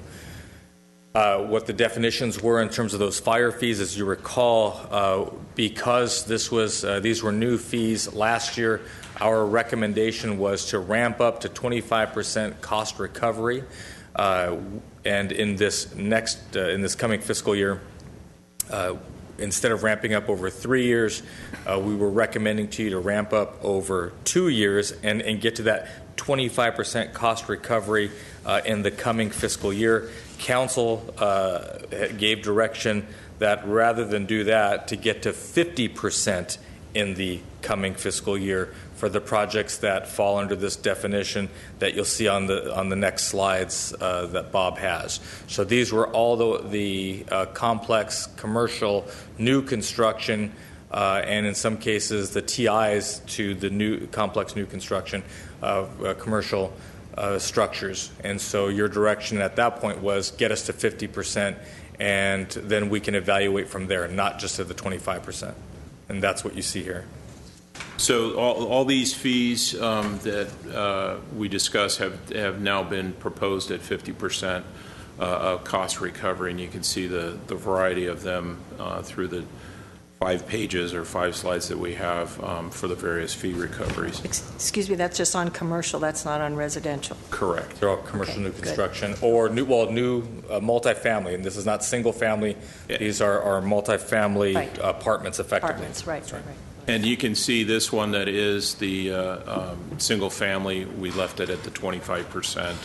So the cost recovery is $45 out of the $180. So that's the 25%. And over here is the recommendation of the 50% for the new construction residential for multifamily apartments. So those come back instead of the $1,759. It's at 50% of the proposed based on council direction. And same here, you notice the ones that are highlighted are all the single family ones that are at 25%. But is that still a 200% increase, though, for the residents? Reach that 25%? Well, it was at 20. So on this one, the full cost is $348. Right. So we're recommending to go at 87, which is the 25% recovery. It is going from 29 to 87. The original iteration was to go from 29 to if we were going to take that cost and divide it in thirds, effectively. 3 times. Yeah. At this point, we're saying rather than chop that into 3 years, chop it into 2 years. So it goes from 29 to 87. If it's council's direction to stick with the 3-year implementation to get to 25% cost recovery, now would be the time to give that direction. Yeah. I would rather see our residents, and I think if Councilman Sinanian is still awake in Vegas and watching this, I think that was something that he was questioning, and I agree with him that we should not raise the residents as much and make up for that in the commercial, which we're doing. In other words, according to the budget, what I was looking at, everyone was being raised 200%. All the permit fees are being raised in order to get the 25%. To get to the 25. Back. Okay, so if we can do, yes, so what I thought is if we could do the commercial at 300 and lower the residential to 100, or, just kind of give the residents a break, because and I remember Councilman Sinanian saying this, that, the commercial builds are making profit off of what they're doing, and the residents are just trying to, build a house or... Where's the difference between where you're seeing commercial versus residential?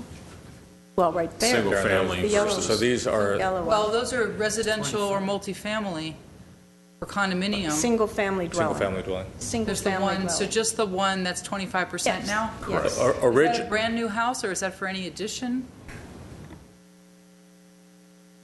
And as Stuart comes to the podium, again, the idea was if it was 29 to 60 to 90 effectively is the idea. And what we are recommending is to get to that 25% level, which is represented here by $87. So I just want to know exactly what these are for. Yeah. Mr. Mayor, members of the council, the new construction single-family dwelling inspection fee would actually be the fire department's building permit component for either ground-up new construction or even in addition. If you were going to put a second story on a house, basically what we're proposing is to have the fire permit fee be $87, which is 25% of our actual cost. Currently, we're charging $29, as the city manager indicated. When we originally tried to avoid the sticker shock and limit our permit fee to 25%, that was before the city council had decided to phase it in over 3 years. And so that $29 that we're currently charging is actually only 8.33% of our actual cost to perform the service. So to go to $87 for the permit fee, which is just 25%, we thought was very reasonable. Yeah, I mean... And but did you say that you've raised the new construction commercial 50%? First off, for clarification, please. I'm hearing residential commercial. Right. That's why I was asking. Yeah, and thank you. The direction that we were given before was to keep single family construction, whether it's for new construction or for addition, to 25%. So we would basically be subsidizing 75% of that cost. But these huge projects, Triangle, Lexon Orange, and so forth, as Councilmember Friedman is indicating, those are residential projects, but they're large-scale for-profit, and we are proposing that those also go to 50%. At this time, it's still a 50% subsidy, and it is our hope that eventually we will return and get to full cost recovery. But in order to do that, still to avoid that sticker shock, looking at the council's direction during budget study session number 2, we've proposed to increase it to the 50%, but it's still a 50% recovery, so we're not recovering our costs. Okay, so we did raise the commercial and kept the residential. That's what this is. That's fine. Good. Thank you. President, those multi-residential and commercial are increased 50%. Right. Single family is increased 20%. Right. To 25%. To 25%. 25% to 55%, or 50%. That's correct. That's right. And this is the last 5 of 5 of the fire fees, where we have the last increases to the 50% recovery for these 3 fees. Moving on to the library, these are some decreases that they recommended, so probably not a big issue there, so considering the dollar value. Decreases in building and neighborhood services, there was 3 of those, and the restructuring of the fees for the coin-operated amusement machines, we had talked about that. And these were deletion of existing fees in the library. There's several pages of those just for things that they don't provide anymore. And lastly, deletions within the neighborhood services and fire, these 2 items that they have. And bringing us back again to the summary of the 2,300 fees that we have. One thing I may note, this was a last-minute add today, was retitling of the.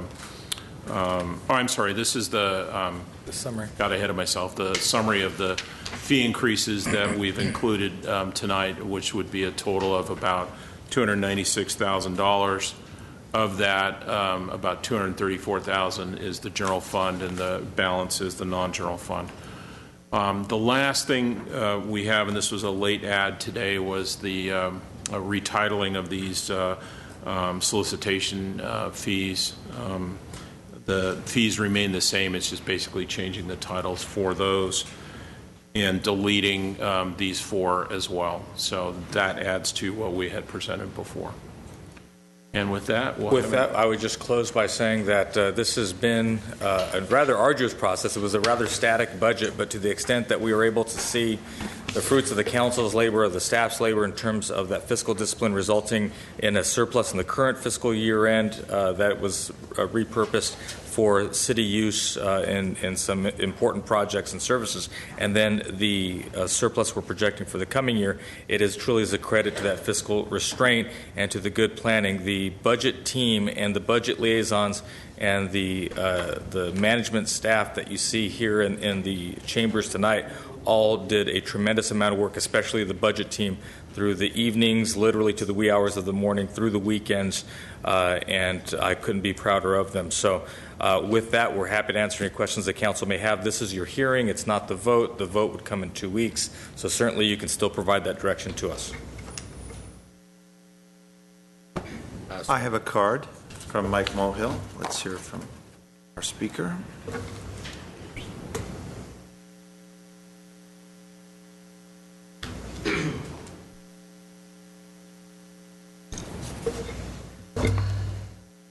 Good evening, Mayor Sinanian, Najarian, and council members. My name is Mike Mohill. Our city manager and staff will misdirect the council and public again tonight when they tell us we have another balanced budget and we are financially sound. The truth is not being told. Glendale budget surplus is an illusion created by misdirecting our attention from the facts. The only reason this so-called budget is balanced, again, is by drastically increasing existing fees and creating new fees. For example, the existing design review fee were $600 and now over $7,000 per application, a whopping 91% increase. 18 years ago, our pension liability with the corrupt pension system CalPERS was less than $100 million, and today it would cost the taxpayers $1.4 billion to leave CalPERS, a whopping 1,300% increase and still growing. Last year, Glendale taxpayers contributed $20 million to the CalPERS pension system. This year, $23 million, a whopping 15% increase and still growing. 18 years ago, less than 33% of the general fund paid for police and fire salary and pension benefits. Today, according to former Councilman Dave Weaver, it is 80%, a whopping 142%, and still growing. Our elected officials have saddled our children with over $1.4 billion in bond debt because of the poor judgment of this council and previous ones. Our poor planning has placed our city in the direction of the city of San Bernardino, where their CalPERS union workforce handsomely contributed thousands of dollars to their favorite councilman members for influence.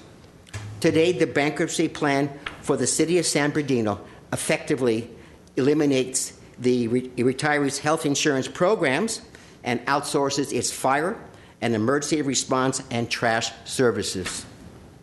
Bondholders will only receive pennies on the dollars, but the employees of the corrupt pension system CalPERS will emerge relatively unscathed.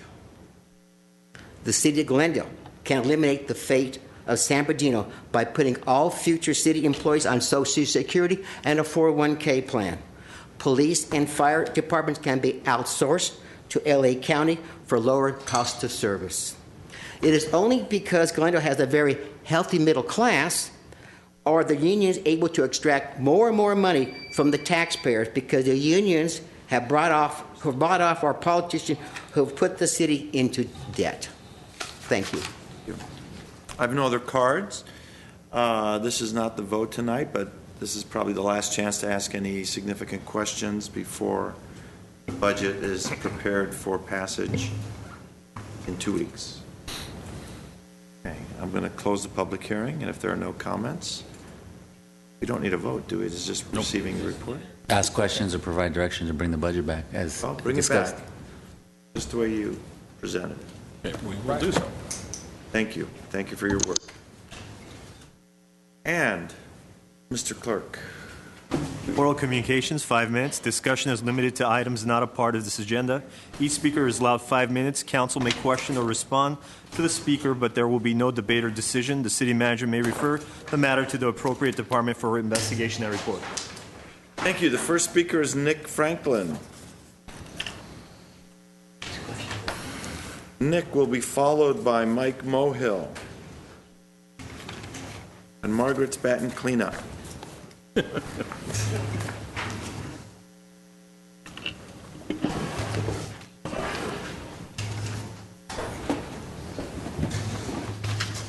have a hand mic for Mr. Franklin. Oh, there you go. Sorry about that.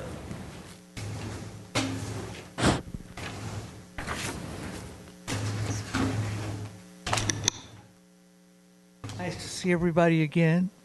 My name is Nick Franklin, and I brought, because we don't have closed caption for city council. We have no closed caption for a city council meeting. No, because when they have closed caption on television, they have a symbol that appears on the screen that will tell you about closed caption for hearing impaired. And there's no closed caption for city council. And here for Mr. Ochoa, in writing, that I'm going to leave to him, is what needs to be done. And I would just like to say one more thing, and I'll be very short. Since Mr. Weaver, Councilman Weaver, has retired from the council, I would just like to say that he did a very good job for the number of years that he was on the council. And while everybody's entitled to an opinion, I think that those of us that want to thank Mr. Weaver for his years of service are here to say that today. And we should not always bring people down all the time, as one particular speaker does. We're here to build people up and to encourage them. Thank you. I know who you're talking about. Thank you, Mr. Franklin. Maybe we can hear from staff at some point about what's entailed with closed captioning, because I don't know who does it and how it works. So can you maybe bring that back? Yes. I think we were bringing a report also on interpreting these. Maybe we can, yeah, that would make sense as a ancillary communication report. Next speaker is Mike Mohill, followed by Margaret Hammond. Good evening, Mayor Nigerian, council members. Name is Mike Mohill. I misspoke last week regarding the subject of term limits, where I said Mayor Nigerian was in favor of term limits. I meant to say Councilman Garpetian was in favor of term limits and not Mayor Nigerian. Recently, 3-term Councilman Nigerian and 2-term Councilwoman Freeman joined former career politician Weaver arguing against term limits and would not allow the voters the opportunity to vote for or against term limits. Mr. Garpetian, you campaigned on term limits, and you have on the dais 2 council members who would support you. Council members Paul Devine and Zarhe Sinanian Devine said 2 terms was all one should serve, and Mr. Signana called for 3 terms. Councilman Signana said his time would be retroactive. So, Mr. Garpathian, please put term limits on the next election ballot so the voters have an opportunity to decide if they are for or against it. Thank you. Thank you, Mr. Mulvihill. And although I usually don't respond, I just want to point out that in my experience, term limits are imposed where there is an incumbent who is almost undefeatable at the polls and continues term after term to be elected. And that is not the case in Glendale. We have several incumbents who were termed out, some after many terms, as in Mr. Weaver, some in as little as 1 term. You can look at the list of mayors, pictures of mayors in the hallway, and you can identify the mayors, then council members, who were termed out, and they were turned out by the voters. So incumbency was not a cloak of invincibility that they wore time and time again to the polls. Margaret. Good evening, Your Honor, members of the council, city staff, and audience. My name is Margaret Hammond. Number 1, bulky item pickup, 818-548-3916. I still have stuff lying around on Boynton and Cypress and all the streets for a couple of weeks. Now, Gladys Wymore, who have held many positions, longtime president and so forth of Glendale Beautiful, passed away. She was the glue that kind of held that group together for a long time and did events and was part of luminaries at Christmas and all the other things. We really owe her a vote of thanks for taking care of our Casa de Rafael. The Adobe, in other words. Okay. Appropriate this week is celebrating Memorial Day, honoring our American veterans from every war we have ever endured the loss of our young men and women, defending our rights and freedoms. I wish to ask for an advocacy for our present-day veterans' rights for decent living and health care. The Westwood property was willed to the Veterans Administration 100 years ago. VA has been leasing property out to on private rentals. For instance, UCLA was allowed to build the baseball stadium on that property. On top of that, they pay only $5,000 a year per rental. And beside which, nobody knows where the rental money from those private rentals has been going. There's been a lot of questions about it. Finally, Julia Brownlee, who's a congresswoman from Ventura, took up the cause of finding out what's going on. And at this time, called them to account. And now they have a new administration secretary, who's Mr. McDonald. He was P&G CEO. So we're hoping that I'm hoping that he will take a good look at what went on with the finances and what has happened to them. Now, because the residents of Brentwood and Beverly Hills and Westwood objected to veterans living and using their property that was given to them, and it was their right to go there, we have the biggest veteran VA administration in America, the biggest. And we have the most homeless veterans in the whole of America, worse treated than any other parts of America. This was all on the PBS studio program the other evening, David Lazar. I just happened to see it. I was kind of horrified. I mean, I'd read it in the papers and so forth, but listening to it, it really made me stand up and think about it. Now, it's a horrific situation. Bobby Shriver talked to it.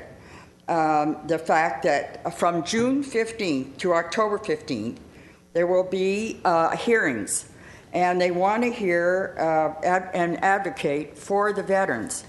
But how are the veterans going to get there? If they're homeless, they have no transportation, they have no way to get there. We don't need to look for genocides in foreign countries.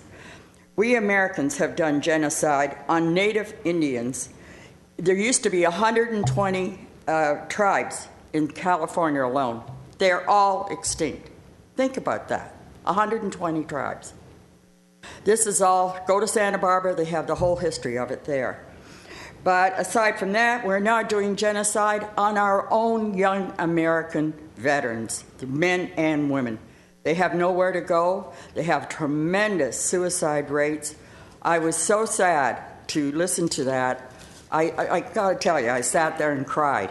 I thought, those poor kids, they were over there fighting in Iran and Afghanistan, all that, what they went through, the cold and the heat, horrendous. And then, seeing them without arms and legs, and nowhere to live. They're living on the streets. They can't even get to the hospital at Westwood because they have no way to get there a lot of times. I spoke to one lady whose daughter was a doctor at the hospital there today, just today at one of my groups, and she said her daughter gave up because the veterans couldn't get there to be treated. There was no way for them to be taken care of. They need to have advocates. I don't know whether it's all of us need to do it, but I think, and the families of those veterans, their brothers, their sisters, their mothers, their fathers, should be standing up and making a big lot of noise about how badly they've been treated. It's really terrible when we think what they gave so that we could have freedom, enjoy our freedoms in this country. Thank you very much. Keep in mind, the upcoming Memorial Day, don't just say, oh, it's great, have bands, do this, put up flags. No, think about what's happening to those young men. And the women are horrendous, women living on the streets with children.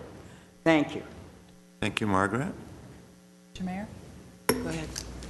Let me go to Ms. Devine. Okay, I just wanted to, thank you, Mr. Mayor. I just wanted Margaret to know that, we have a Veterans Coalition here in Glendale that works with our vets, male and female. I know Frank Quintero is involved and Lisa Raggio. We also have, I forget what I was going to say.